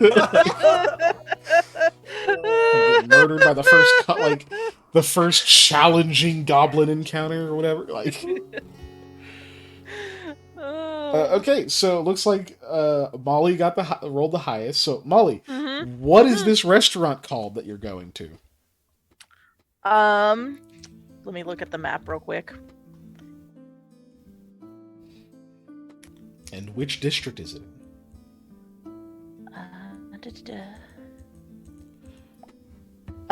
We'll go in Twilight Hill, Oh, and jeez. it is. Oh no. Okay. It's fine. You can do that. Oh. And it is called the Sunken Moon. The Sunken Moon in Twilight Hill. Okay, hold on. Let me add it to Yeah. my sheet. Okay, so that's outside of the walls. Out over here is Twilight Hill. I think you guys can see it. Hold on. Are you Yeah. guys- Yeah. I just like the sound of the district. That's why I wanted it. Outside of the city, outside of the safety, of the city. But No. so here's the good thing Yeah. about stuff in Twilight Hill. It's real cheap. It's real cheap. Ah. So it makes sense of why you'd want to go there. It's cheap, but it's also Okay. close to farmland, so it's not like it's They don't bad. know You get I'm fresh paying stuff, yet. right? That's what it is. It's very much the I'll have your mid-shelf drink. Drinks are free. I'll have that. It's the most expensive thing in the house. That same vibe. Yep. Oh. So yeah, you head to this place called the Sunken Moon. Restaurant. Yeah. Oh, this is quite a trip, Mr. Eli. Same thing when I go inside. I do what I always do when we walk in. I prestidigitation and dry myself off instead of wearing actual, rain clothes. So one of Really, the we use interesting the things beans to about- make oh, stew. Yeah. Yeah, I was so, just as we were traveling, I was talking about things we grow, ah, and Yeah. pretty much ended with, yeah, you usually add beans to stew and things like that. So one of the interesting things about the Sunken Moon is that the building itself is actually a little bit sunken. Like, it's slightly lopsided. It looks like it literally sank into the mud like a long time ago and then like stopped about a foot and a half in. And they've just sort of dealt with it. Like, it's just part of the charm now. And one of the nice things, one of the cool things about being in like Twilight Hill is it is one of the few places in Setseki that grows something called a dusk melon, which is like a small fist-sized. It's actually a gourd. It's not an actual melon technically, but it's called that because it's full of like this sweet juice and like very melon-like flesh on the inside. And it's really good. It's a really good crop for replenishing the soil in Setsegia. And it can actually be used if you grow it near stuff that struggles with this constant rainfall. It actually helps those crops grow because it uses so much water. And that's one of the familiar things. with this crop. Roll me your Treshan farmer. I I'm do love specifically one saying profession. it because we have two. Well, we have a native, and then we have somebody who's lived here for years. Yeah, I think you Oh, know. You've definitely heard of dusk melons. In fact, What tidbit can you tell me with my natural 20 about this that you haven't already? right? One of your families. You hollow them specifically out and you can imports make a- them. I No, was it's gonna say, in fact, you know that there is a one of your family branches somewhere out here that has been trying to develop a dusk melon hybrid with like another crop that would make it viable in other environments. And I don't know. I'm trying to think of something cool to do with that. You know, here's what we'll do. We'll say as you guys are heading that direction, you see, somebody who's actually like harvesting the dusk melons or whatever, and he's like complaining about how like some of them are still growing in too small, and you give him a little bit of advice real quick about like your theory of what's like the best way to kind of rotate them in this area, especially with like how the rainfall's been. And he's very grateful, so he gives you 3 dusk melons. Oh, nice. That is nice. Yep. I kind of, y'all want one? I got 3. There's 3 of us. So Yeah, I'll take one. okay. I hand I'll Sale also one, take one from you. and Eli gets one as well. I kind of see if they're ripe or not. Yep, he gave you good ones. He Okay, was, good. He was real happy with that. I assume we do the same thing. The husk is pretty tough, but it's really, really good fertilizer. So once we go in, I'm going to go to a table I sit at often, since I said this, I was taking the place I like to go normally. So I'll just head straight to like a corner table. And when I get there, the first thing I'm going to do, since the floors kind of suck, is I'm going to lift up the side and just literally stick something under it so it props the table completely flat. Because it's going to be like that little weird tilt, and I'm just used to it. So I like grab a thing that I always do and stick it right under the table leg. Nice. So you all settle in. Eventually, a server comes over, serves. They give you some water and some just like dark, kind of like a dark rye. You imagine bread. Mm. No butter. You're at a cheap place, but they do give you. It is fresh bread though. So you get that. They kind of take your orders. Very small menu. Obviously, you got like stew, you got a veggie of the day, and you've got like kind of a more expensive thing that's got a little bit more meat to it. Which I guess today is panda. Now, what is it today? What is their meat dish? Today, Yeah. and the meat dish is what is a critter that you would find in high amounts that would not be taboo to eat, like not like a cat or a raccoon, but like another thing like that. How do you know those are taboo to eat? There'd be probably in this area you're probably looking at. I mean, they're gonna have a lot of rodents, right? I'm thinking kind of more like maybe like a lizards. feral pig type of thing, or is there an animal like a feral pig? Oh, for sure. Yeah, absolutely. Absolutely. Yeah, Probably you can that. encounter some boar. Yeah. Yeah, so they probably picked up some meat off of some guys that killed some of those or something like that. So some probably, Very easily. like pork belly that's been chopped up and Oh, you mean like something Stewed that like could have popped up in someone's field or something like that? yeah, and they happen Oh to yeah, then absolutely. get like, yeah, And if we're talking like meat, not like birds or fish or something. yeah. Cool. So yeah, it's like a But yes, roast, some roast boar. Since we were talking about it, it's a apple cider glazed roast boar loin. Is their pretty awesome sounding expensive dish today. But- Yeah, Lamiya's gonna go for that because eat all the boars. So, Vengeance among them and their families. because it's literally a thing somebody like shot in a field, and then we're like, we can sell this. It's still pretty cheap. You're gonna spend between the 3 of you, just like drinks and your food. Even if you all get that, you're spending about 4 pieces of silver. Yeah. All right. As soon as everybody sits down, too, I'm gonna be like, so order whatever you want. I've got this. This is gonna be on the company expense for lunch. Since we had a meeting, we'll just call this lunch on that. Oh, Well, thank thank you. And you know, since you're getting that, they bring you butter, they bring you some more fresh bread. It comes with like vegetables and other stuff too, like some boiled potato and I just some ordered carrots. Stew. I was So actually you going to are order spending- the vegetable of the day. Oh, well, okay. Only one of you goes high price, so you're spending 1 less silver than that. So, Yeah, Yeah. I like veggies. 1 less piece of silver. And the boar comes with veggies too, but yeah, veggie of the day is probably like cabbage and rice kind of thing. Oh, Good. delicious. Probably cabbage rolls. I think is probably what it would be. Ah, that's Just better. no meat in them, just cabbage, rice, sauce. And then the stew is some kind of pheasant stew. It's kind of spicy. You're picking out some little peppers and stuff in there. Cool.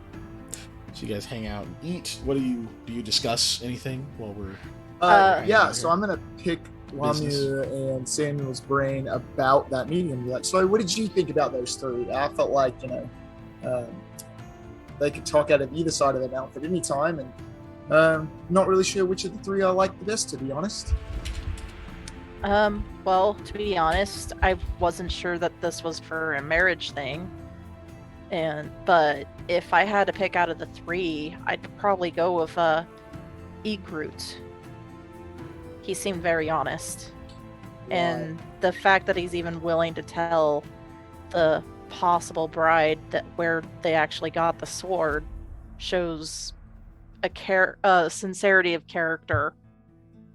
That is, if he is to be believed. I mean, I'm not entirely sure I trust any of those three brothers with, this delicious pheasant stew, let alone the truth. Yeah, he claims to have good intentions, but there's no guarantee he's gonna follow up on those. But ultimately, I don't think it really matters one way or the other, since what they're paying us for is to get the sword, not be a judge of morality. So, I mean, ultimately, we'll probably have to kind of try and play them off each other a little bit to get as much as we can. But just did want your input. It's important. I like to make sure that people look for me, have a say in things. I'm not some crazy dictator who's in charge of everything. What you guys feel, heard. Well, that's my opinion. Though, honestly, if I were to actually do this job all by myself, sir, which I won't, of course not, I probably would just give the sword to what was her name? Sorry. See, but if we give the sword to her, then we don't get paid. Yeah. And we need to get paid, or else there's no point in accepting this job. Right, but I was just saying, if I was by myself, that's what I would do. Right. Otherwise, I believe with my guts in the possible character of Groot. But again, this is up to you. I'm definitely not gonna not get paid. If we're gonna do that, we'll just go take a different job. Well, I can look at this. Pay you all either. Yeah. And I look at this two ways, basically, is the moral of the characters, which I feel like your group is, my first reaction would be give it to him. But, I mean, this eldest son has money and will probably pay us a little more. But, and looking at it in a business sense for you, sir, the middle son, Taga, he kind of alluded that he has some connections, which would help us in the long run. Well, more jobs is more money. Your candor, but I will say this: don't call me sir. It's Eli. Oh. My name's Eli. Just call me Eli. All right.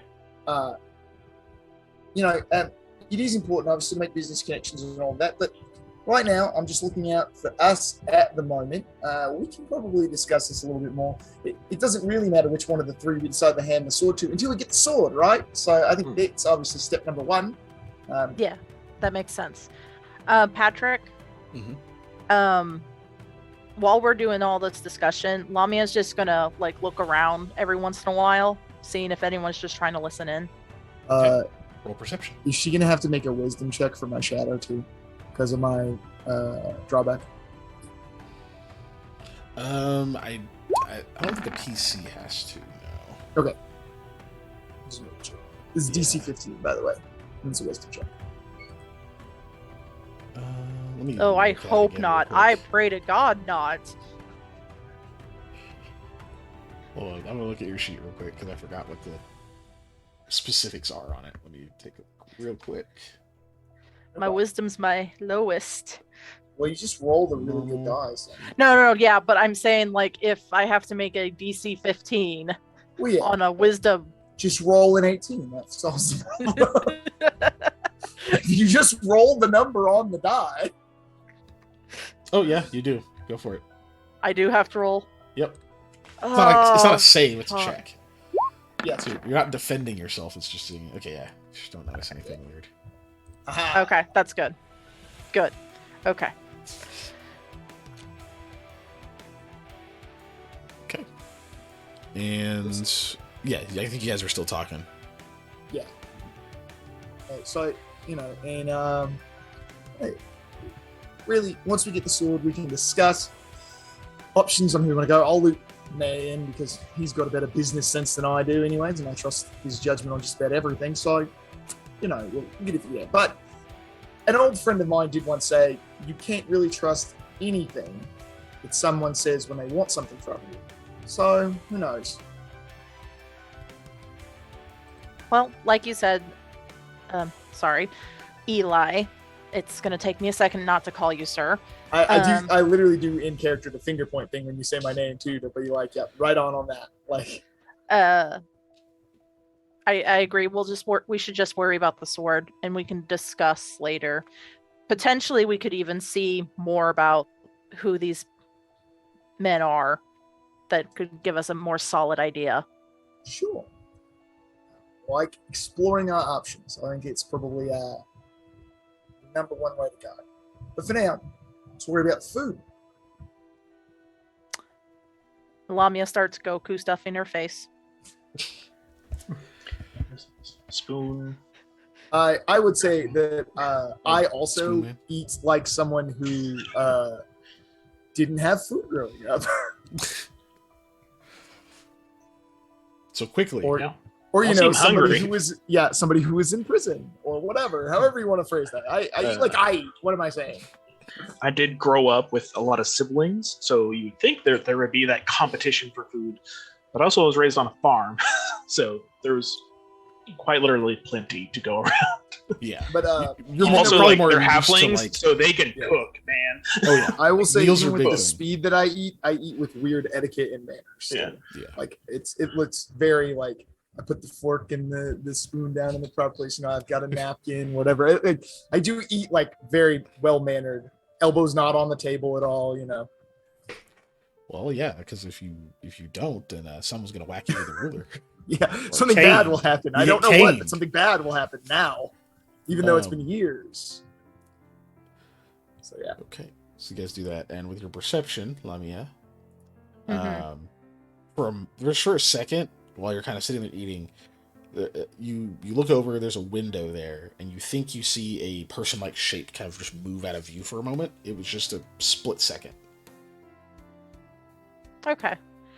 Guess I won't worry about it too much. That's all you get. So you guys are done. When you guys are finished, you guys just you head out. You're gonna. Are you heading back to the office, or are you gonna go straight to the Iron Mule? what time of day is it? Right at this point, we're looking at because they were about midday. Yeah, you've got some time. It's about. Okay. So yeah, a I'd few like to head hours back to the get office because I want to talk with Hattie and Mare about setting things up to make sure our equipment's ready and everything for leaving tomorrow. And double check, how much money did I spend on the lunch? I forgot. You told me. 3 gold or 3. It's not 3 gold. 3 silver. 3 silver? Yes. 3 Okay, silver. got it. Cool. I have subtracted it from my own personal. I paid out of pocket instead of using the treasury. Okay. But that's because I'll worry about that later. I'll balance those later. Okay, so you guys head out.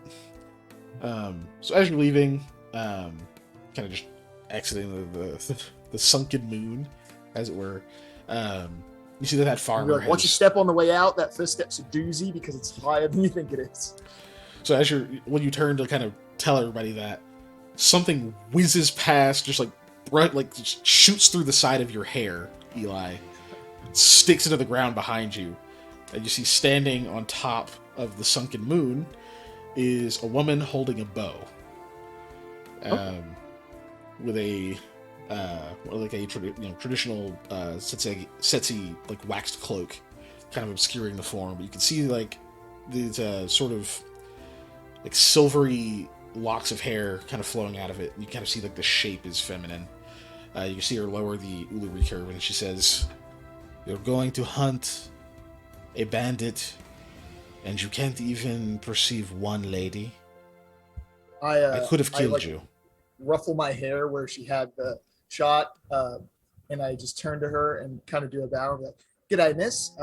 If you wanted to kill me, you would have. So I'm not too worried about it." You're right about that. She jumps off of the building to like the side. And you see there's like kind of a, because it's slanted, there is like a near stumble when she lands, but she's pretty deft and catches herself. Straight, like, kind of straightens out her arms a little bit and pulls the bow over her back. Walks over and pulls the arrow out of the ground next to you all. You can see that the tip is blunt. And she stuffs it into a hip quiver and turns to you and says, "I'm sure you know who I am at this point. I am a part of your growing narrative. Umar Dakud, daughter of Tanik Dakud." I offer her, a polite bow and kind of, "And what can I do for you today?" I'll walk with you. "All right, we're heading back to my office, so come right this way with me." She begins to walk with all of you. She says, "You're going to die if you confront Kundachala without the proper equipment. If it's just the three of you, he commands a large number of bandits." Well, that information's definitely helpful. Well, unless all of the rumors about you are true, Certainly, you are, but well, then you are likely to just be filled with arrows as soon as you approach their hideout, wherever it is. that in mind, I don't like being filled with arrows. You shouldn't. She keeps walking, staring straight ahead. Yeah, I'm just like, well, any obviously information you could offer us about him or his camp would be much appreciated, helping us get in and out quicker. Certainly, I will trade you. Who's sending you to him? Unfortunately, I'm not at liberty to discuss that at the moment. They've requested my silence on the matter. And I am requesting that you break your silence. You want Right. information, it has a cost. They're paying me to keep my silence, so unfortunately, I kind of owe it to them to not spill the beans. You see that she looks kind of angry. She keeps staring ahead as she's walking. She drifts backward a little bit, and she's going to address Sam. Oh no. Okay. Says, "Oh God." Yeah, she drifts backward next to you, Sam, and says, "Then it is coin that a woman's hand is worth. Do I have no say in this? Who gets to seek out my father's ear to try to win my favor?" Yeah, everybody has a choice, yes, but we are currently bound by contract not to, discuss these matters. Even though I personally would love to tell you. She moves over to Lamiya. "And of course, a contract has a beating heart and emotions. It can feel a certain way about the situation it's put in. Are you okay with that?" Lamia will stare straight ahead and gets kind of nervous, and then looks back, and it looks even more nervous. But then, like a light bulb lights up over her head. It's like, "You know who wishes to marry you." She doesn't look at you. She just keeps walking for a moment. If there's silence for a bit, she says, "The number is probably higher than you think." Oh, well, I guess you are a very pretty lady. Sorry. I can't really give you another clue than that. I agree wholeheartedly that you deserve to know, but I am under his employ. She comes back to you, Eli. "Well, it seems you have hired good help. It seems will I it take? have indeed. I'm pleasantly surprised by that. What will it take to loose your tongue?" Well, look, Umada, may I call you Umada? Of course. Well, see, I'm only as good as my reputation. And if I accept a job and then immediately turn around and tell everybody about the job, especially parties involved, then I don't get jobs in the future, and then I can't pay rent on my building, I can't pay my employees, I can't feed my horse and his shorts, and so unfortunately my hands are tied. I honestly would love to tell you, and I can't.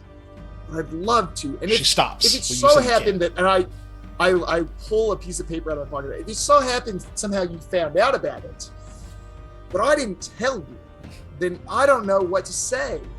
And I just kind of like drop the piece of paper that is the note on the ground. I'm like, Of course. who could say how you found out these things? And then I just keep walking. Like I act like I didn't do it.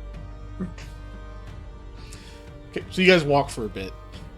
You don't see her for a little bit. Do you guys talk to each other, say anything while you're walking away? I encourage Sam on his short talking, if only to break the awkwardness. If this was a video game, you would cut, like as soon as he dropped that, Samuel will remember that.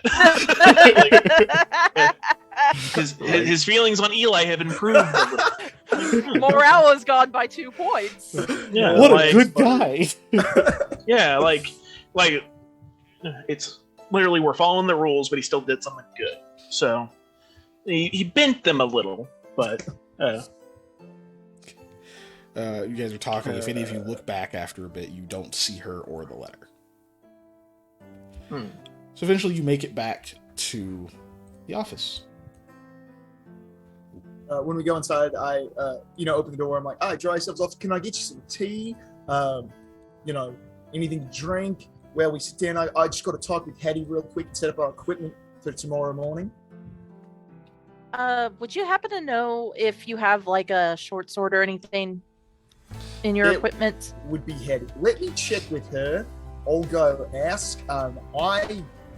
Other than the things on my person, I kind of just let her handle all the equipment in the office. Better that I don't get involved. She has a system. I don't know what it is, but she has a system.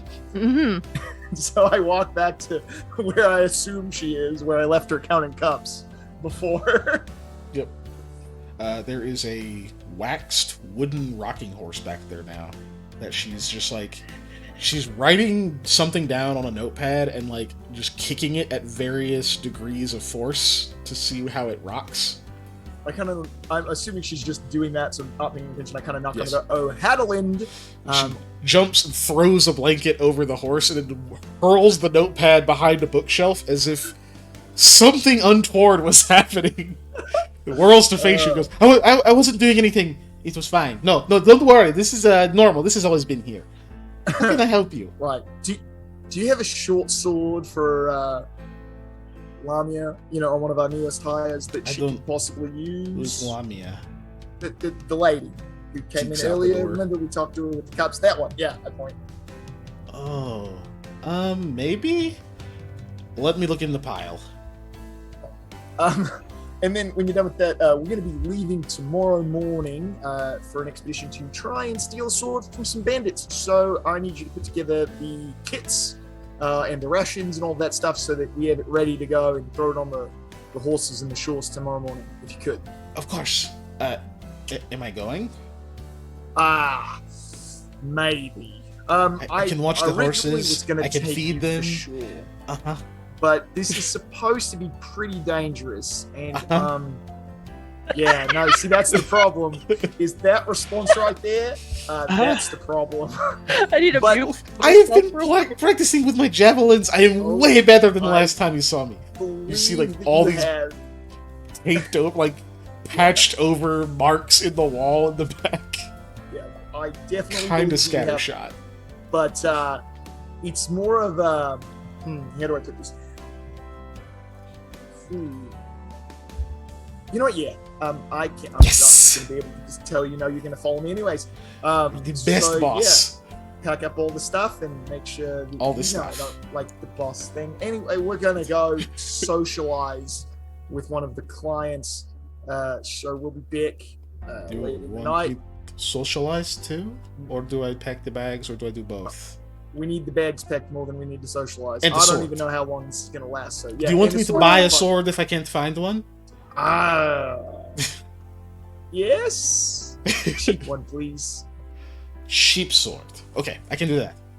Not a bad sword, just a cheap one. Goes to the As corner she's, where like, there's a going bunch of off. just bags piled up in like a crate. It always looks, this chaotic pile always looks the exact same. So there's clearly an order to it, but you can't make heads or tails of it. Then I go over to the mayor's office and just kind of knock on the door. It just kind of slowly opens, and he is sitting at his desk. Yes, So sir. we're having drinks with one of the clients later. I'm getting Madeline to get our stuff ready. She, I guess she's coming. So you're gonna need to hold the fort down while we're gone. I don't know how long we're gonna be gone, but we're gonna leave in the morning. It'll be done. 25. If if Umada Kud comes by, you don't know anything. There's no job, whatever. So, if she asks where we are, though, you can tell her. But it's for some unrelated thing. You're not sure why. Keep yourself in the dark. I Just don't so know anything, or I don't know anything. you don't know That that's his way. Left hand or right hand mean different things. This is don't ask questions. You don't know anything because you really don't know about it and don't want to know, or just play dumb. Yeah, I'm gonna go with the just play dumb. I just want you to be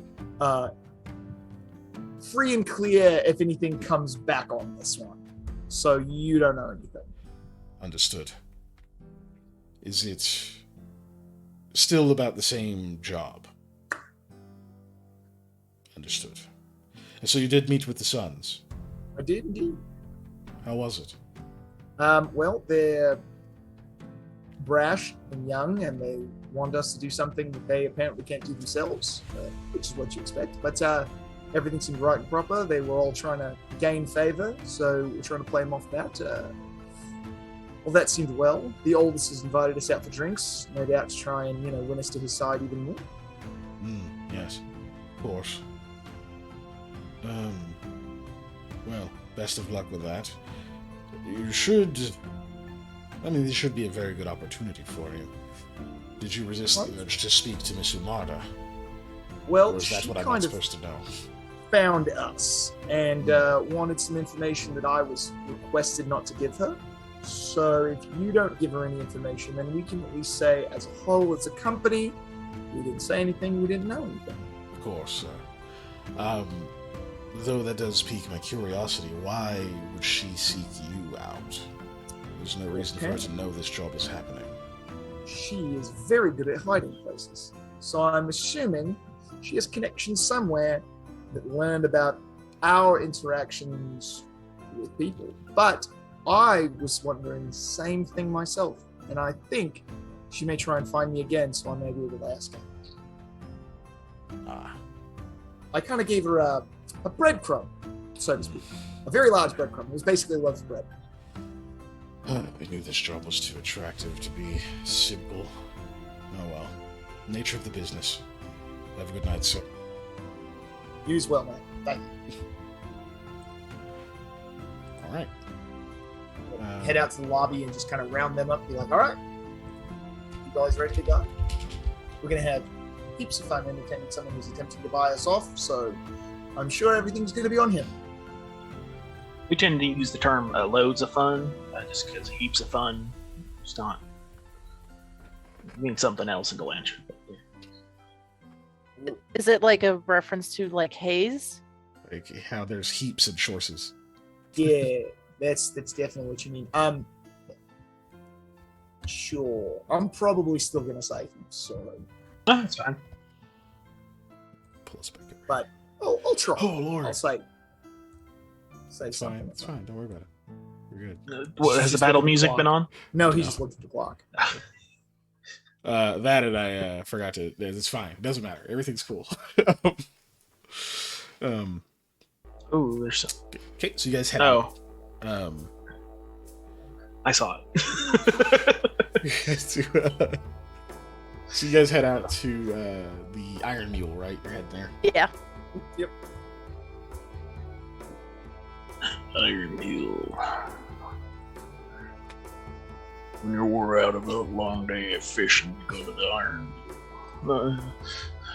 I were gonna make a 4 definitely. So, there for a second. So you guys are about halfway there. It's on the southwest side of Windforge, as you were told. Mm-hmm. When Umalda catches up with you. So she approaches much more in the open this time. Just like you're walking kind of down the like under one of the awnings. You're kind of walking by, and she's sort of standing.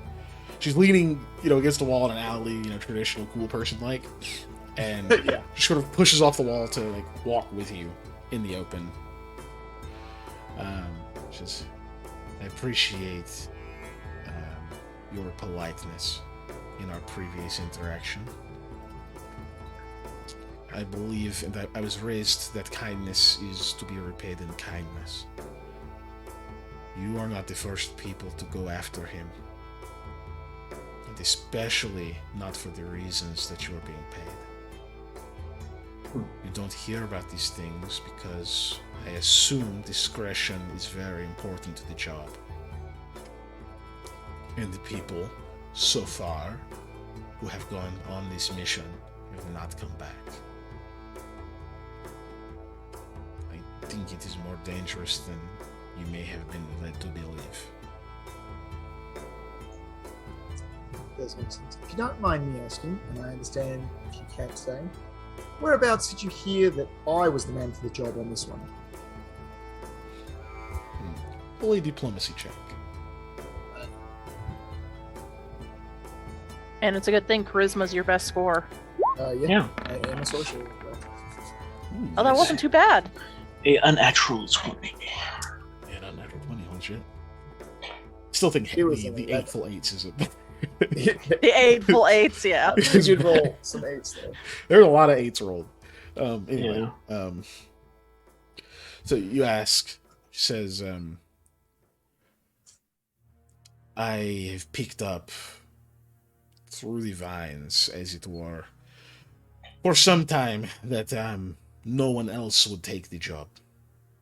People have been declining, and I am not sure if you understand your reputation, but oftentimes if no one will do something, people come to you. I kind of grin at that. Like I have that smile of like, oh, believe me, I know. And as I grin, also my shadow grins, even though shadow shouldn't be able to grin. Like there's a gap where its teeth would be. She rolls a wisdom check. Yeah. What's her wisdom? Ooh, okay.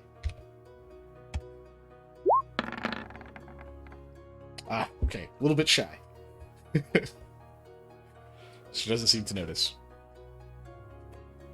It's fine. I mean, that's actually good for me, but Right. But yeah, she says, so I drew an inference. I assumed it had to be you. And when I saw that you went to that place and left, I figured it could only be one thing. My mother and I are expert trackers. quite astute.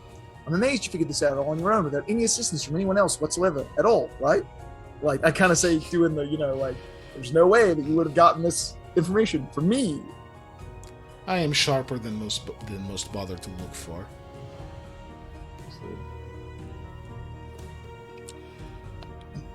I'm sure that people often underestimate you, unfortunately for you, but maybe fortunately, being underestimated is not the worst thing in the world. Possibly. So, since you did have a chance to meet them, I have a question. She kind of leans in a little and says, hold on, I'm trying to think of how she'd ask this. Yeah. She says, is Irguth really a part of these? I kind of lean back. Well, I wouldn't say apart. I would say, have you ever had siblings or people really close to you who are older than you who kind of made decisions and then you just became a part of those decisions, whether you liked it or not? Yes, I have a father and I'm female. Well, that. Ooh. So, Sorry, a lot more equality here than in some medieval cultures, but Yeah. the patriarchy thing happens. Yeah.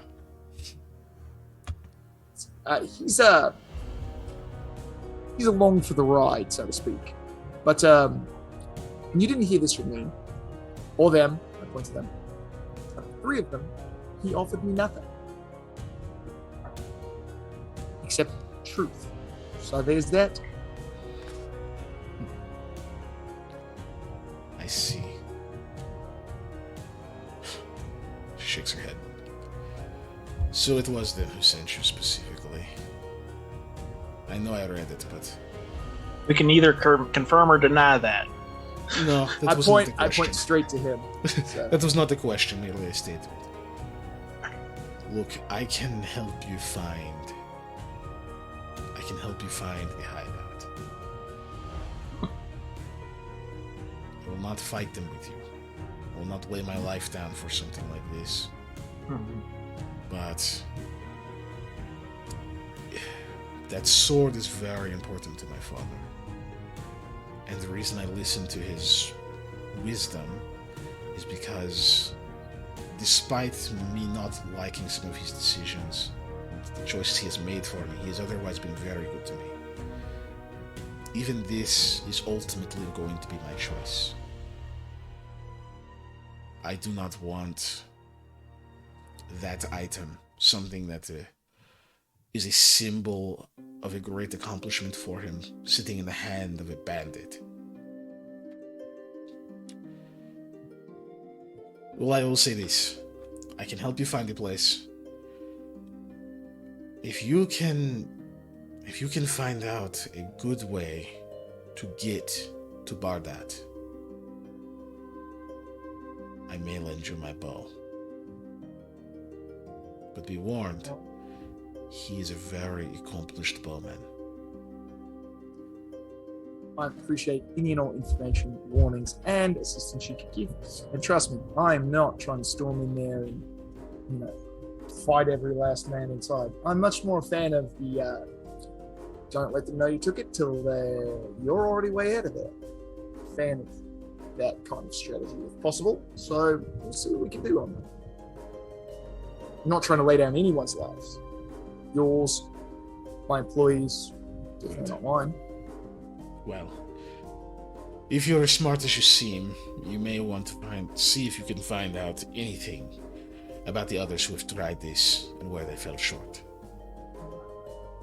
Information is key. You are outnumbered and outgunned. Do you know, by chance, if She wouldn't say guns. someone else would, other people would have attempted to employ this, like anybody else who may have sent these people on this mission, somewhere I could start?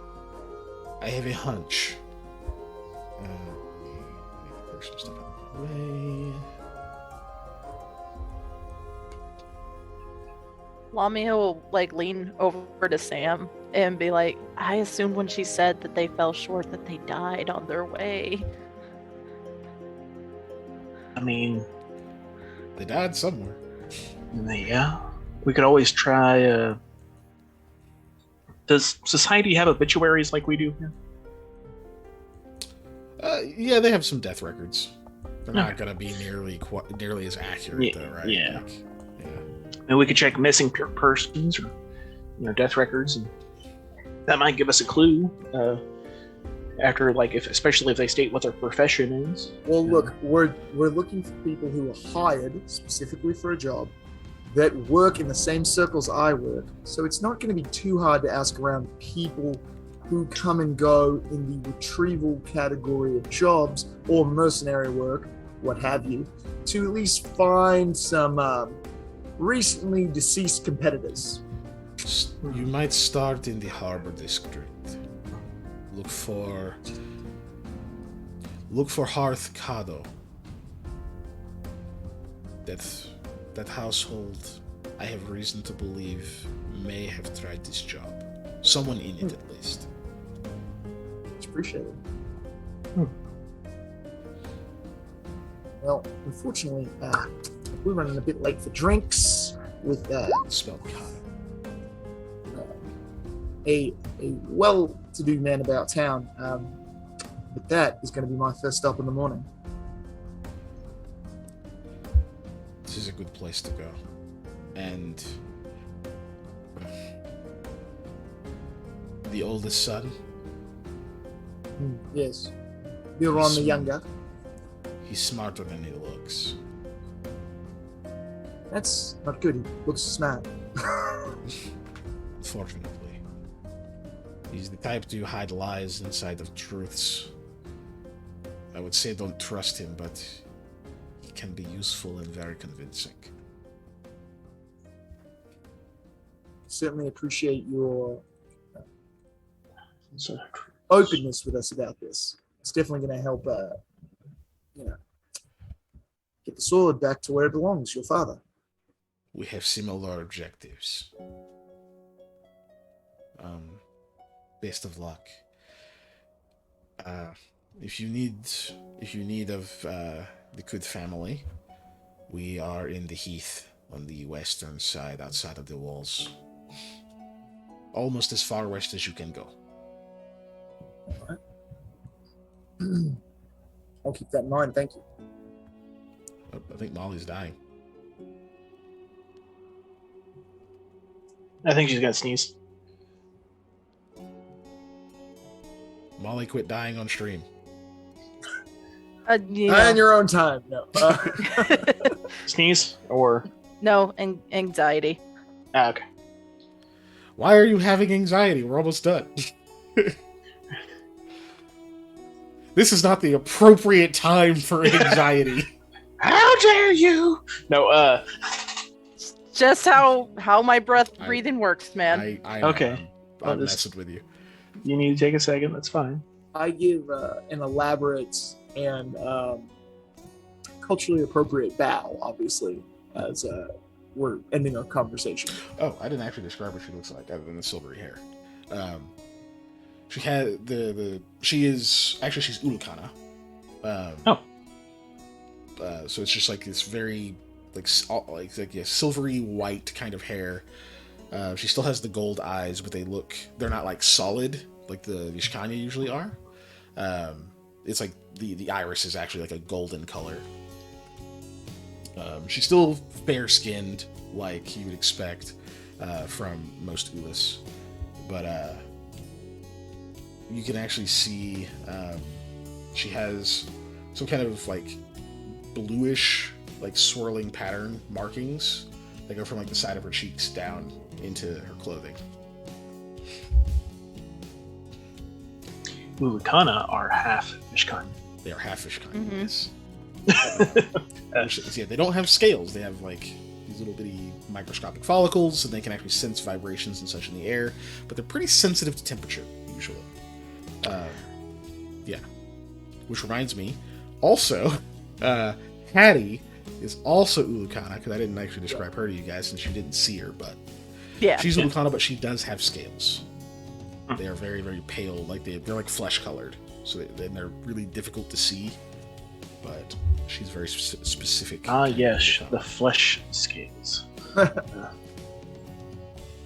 pretty tough to see, but yeah. Mm-hmm. Anyway, so we got what, 7 minutes? I think we can maybe get that next scene done, maybe if we're lucky. Yeah, the Let's go drinking. for it. Let's Head go to the for it. Iron Mule. Drinking. Just look at Yep. It is. Look at that. Look, the music is still going. It hasn't broken. Okay, so you guys head to the Iron Mule, or you finish getting to the Iron Mule, which is down there, and you go in. This is your much more traditional tavern, shall we say? The kind of big difference thing is it's a weirdly shaped, it's a strangely shaped building. It's actually built in kind of a ring, and so like you go into like the front doors, and you can actually see to like the center of the ring, which is outside. So imagine like a donut shaped building, but the inner circle of it, there's no wall there. There's just little curtains to keep like the rain out. They're like tarps, and you got these little like open spots in them where you can kind of see like the rain falling out there. And occasionally, people are going out there and they will like spar, or they like actually just wrestle. It seems to be very popular that people go out there and have wrestling matches in like the mud and whatnot. Doesn't happen all the time, but it definitely happens fairly often. It's one of the things that happens here. So when you guys arrive, there actually is a match going on at that moment. You can see this kind of burly-looking demi-man currently has what looks like a half-Kasir, that's a half-elf, in like a headlock, and the half-Kasir is like running and like pushing him, like trying to drive him backwards, and he's like digging his feet into this mud and just kind of squelching and trying to gain purchase, and he finally kind of like hooks an arm under the guy and like heaves and just like suplexes him into the mud. And there's like a bunch of people that go, oh! And there's some cheers, and there's some tankers that clash together, and some people are shouting in Ulis. You can see like there's kind of a ring kind of surrounding that. Then there's other people not sitting on the inside part that are just trying to have their drinks and eat a little bit. And right in the middle, the mid-range of that, so that he can be a part of conversations, but also check out the mud wrestling match out there, is Milran the Younger. And so when you guys come in, he kind of raises his hands and greets you. Ah, there you are. Come to see the fights? Or see the sights? That's one of my favorites. Have a seat, have a seat, have a seat. We just might. This one gets it. He's got the rhyming mind. I saw the trend. Kind of pats you on the shoulder. Hey. Lamia looks a little lost, but she'll sit down. Perception of Milrand the Older better. Well, this is Milran the Younger because he's Yes. second. Oh yeah, he's the His eldest father's brother. the older, yeah. Yeah. He's the oldest brother. He's the second, but yeah, in old parlance, somebody being the second is often referred to as the younger. Yeah, especially when it's just the two of them, so it's easier in this case. Mm-hmm.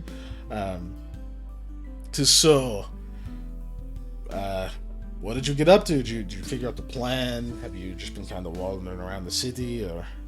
Well, we had lunch, and then we went back to the office, and we get things set up with my equipment coordinator, so that we had everything ready for tomorrow. And we're going to ask around a little bit, see if anybody knows anything else about, the encampment, or if anybody else has, ran into them recently. I'm supposed to, just kind of poke around. Not a bad idea to canvass the area. Yeah. Do you know of any other jobs that may have been recently, sent that direction, possibly for something else, not related to the sword? Because I know this band is pretty prolific and, has to deal with a lot of people. So any information from anyone dealing with him would be helpful. I'm sure there has, but, I figured most people were leaving it and waiting for the military to go take care of it, but apparently they've been dealing with some kind of thing out in the hills. Have you heard of this? There's some kind of... I don't know if everyone's supposed to know. There's some kind of, giant thing with two heads in a cave in some of those hills. Out to the west of us, between the roads. I think I was approached a little bit a while back, having to do with something about those rumors, but unfortunately I had to kind of turn that one down. Right, it's weird. There's a lot of different militia and stuff are coming together. I don't know how that's going to go, but apparently that's kind of got some of the local military busy. So maybe a while, but I don't know if anyone's gone to take on Bardat. Hey, with that. You mean just straight west, or not north at all, right? On the map. I'm looking at the map. I'm just trying to clarify with him. Yeah, I think it's straight west, not following the road. You just if you cut, there's the woods that are there, then you run into the hills. that's got some trails running through them. There's like in those hills that people don't really go in, like people disappear a lot. So Oh, well, I'm glad I avoided that. yeah, usually I stick to the I came roads. by way of Curran. Curran. Kurin, yeah, that Yeah, place is pretty safe, I think. There's a lot of Yeah, hunters, well, right? I was up north of there, and there was some strange stuff going on up there too. So Weird. might be things going on all over the place. There may be, but I don't know of anyone else who's going after Bardat. I mean, there's probably more people after the same thing we are after. Not talking about the sword, but who knows? Shouldn't be any others, but maybe you find something else that I didn't. It's very, very likely that obviously there's more than just the three of you who are interested in your mothers, and so I'm not going to poke around in that too much at the moment. More busy just dealing with, people going after Bardat for various things. He's prime concern at the moment. We'll leave It's good. the marriage proposals to you all. Good. Yeah. Well, so far we haven't been so successful. But, yeah, you'll be looking at the cliff shores, so travel's going to be difficult, especially with the storms kicking up.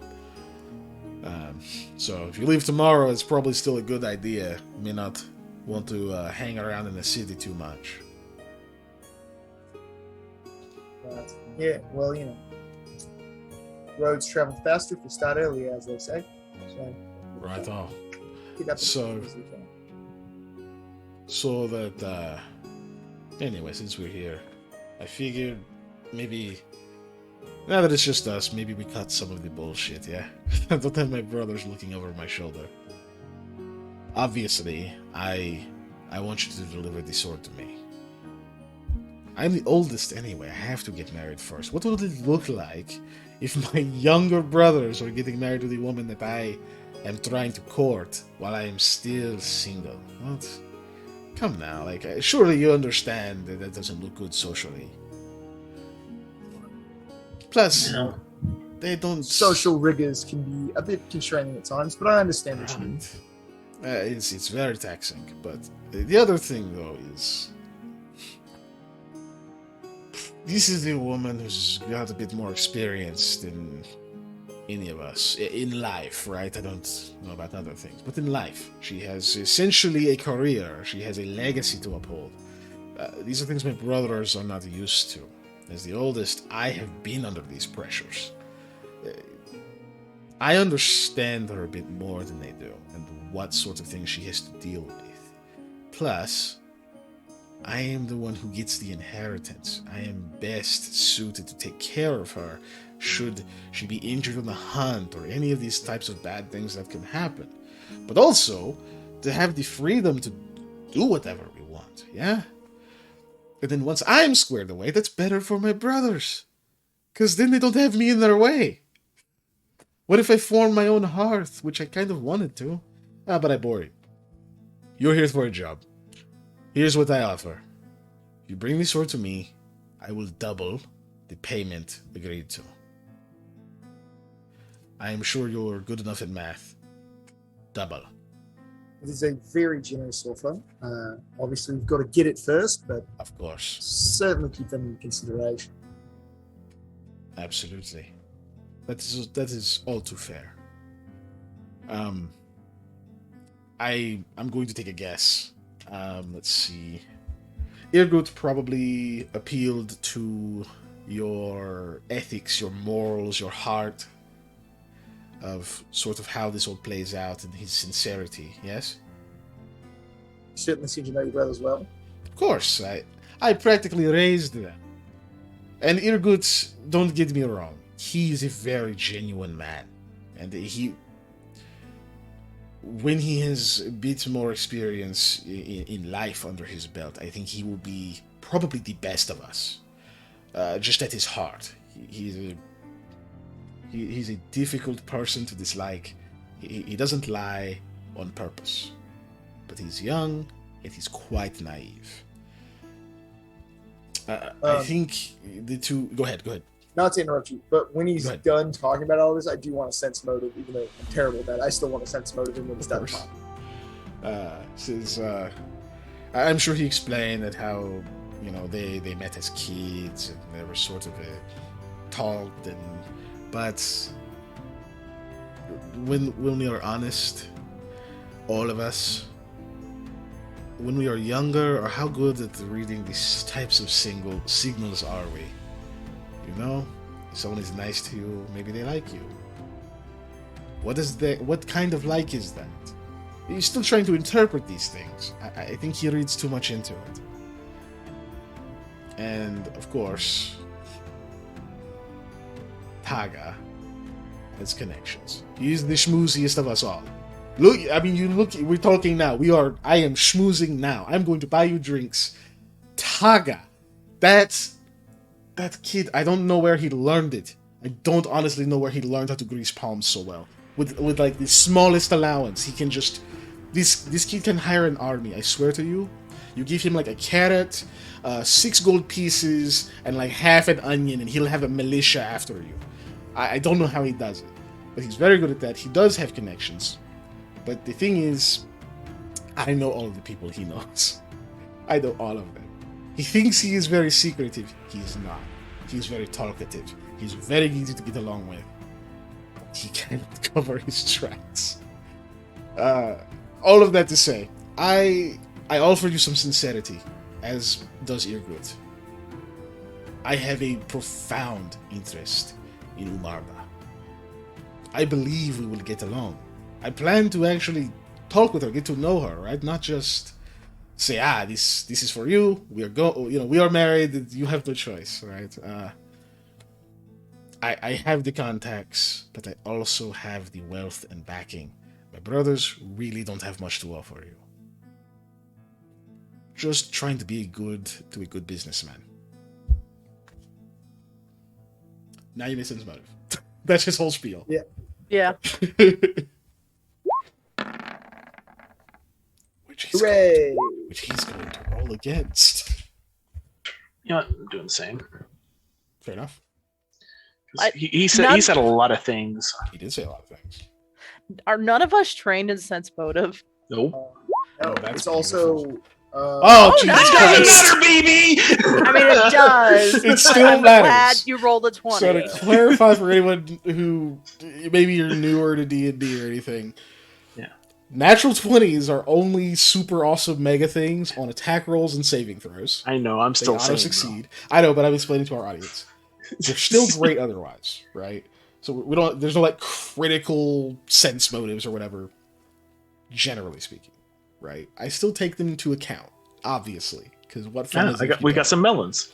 But seriously though, yeah. So a 23 is awesome really nat high. 20, though. I was gonna say I have a 0 modifier to my wisdom, so Me yeah, too. I is bad at sense motive.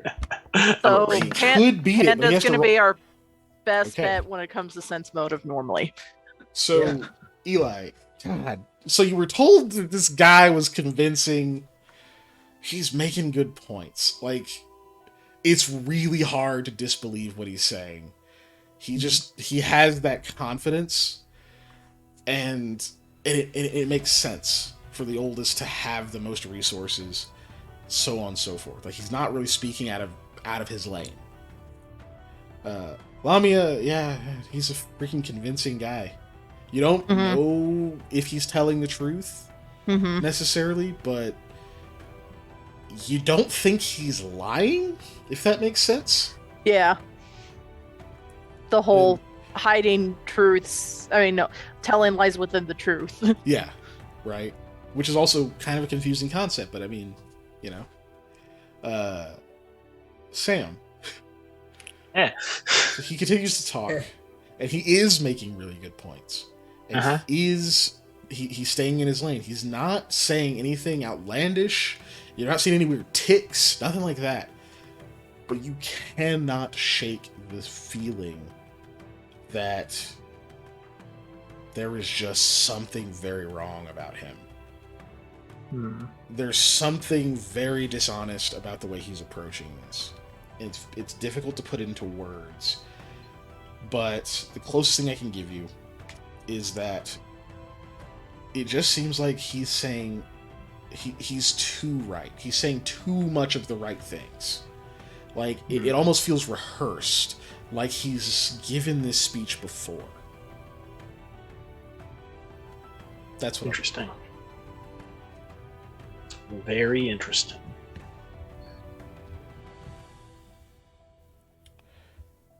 Interesting indeed.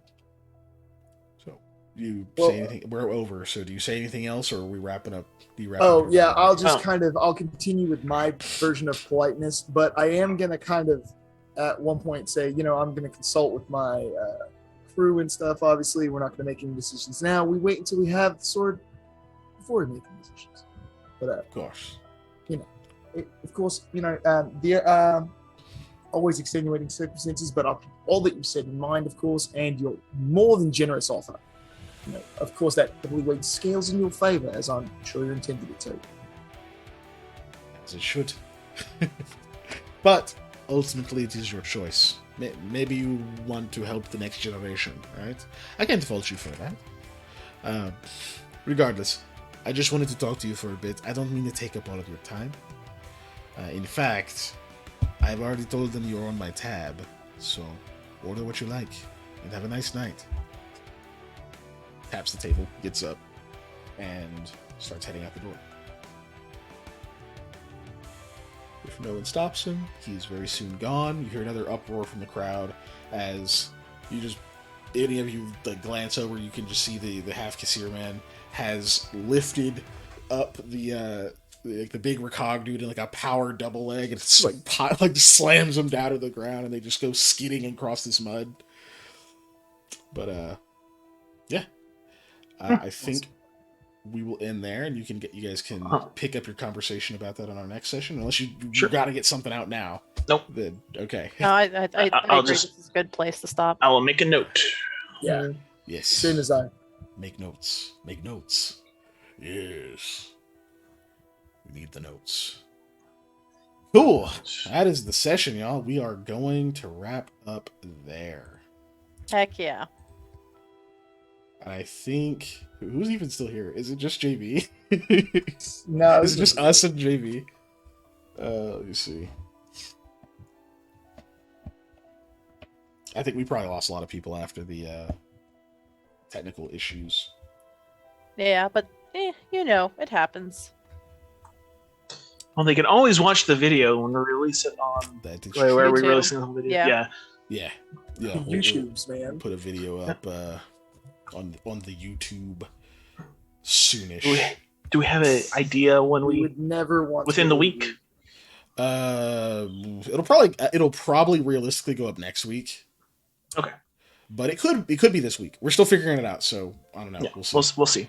Yeah. This is a much longer video than the others. Stay tuned, and if you're not already, you should be subscribed to our YouTube channel, where Yes. all of our videos, not just our live stream stuff, but our pre-planned play stuff and some of Patrick's excellent videos that he's written about the background of Hayethe cultures and races in Hayethe, is Mhm. going to be coming soon because we're working on more of those.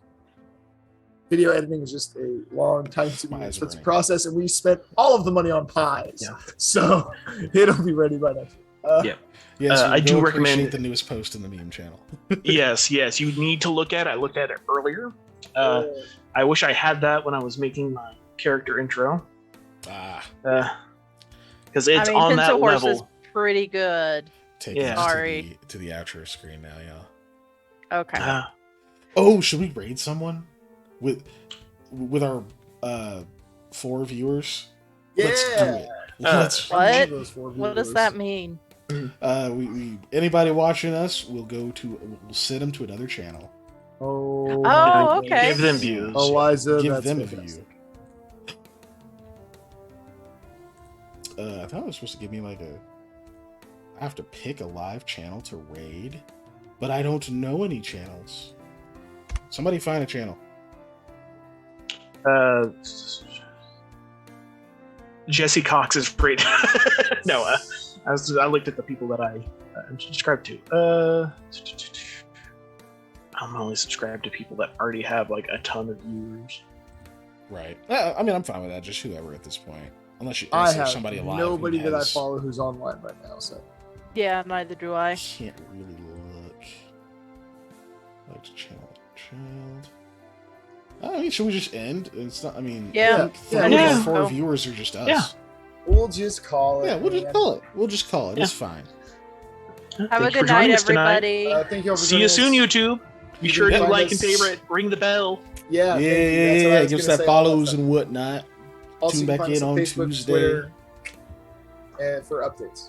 So many Hex, yeah. voices at once. Good night. Good night, everybody. night. Night. Good night. I don't know why I'm waving when I'm on screen.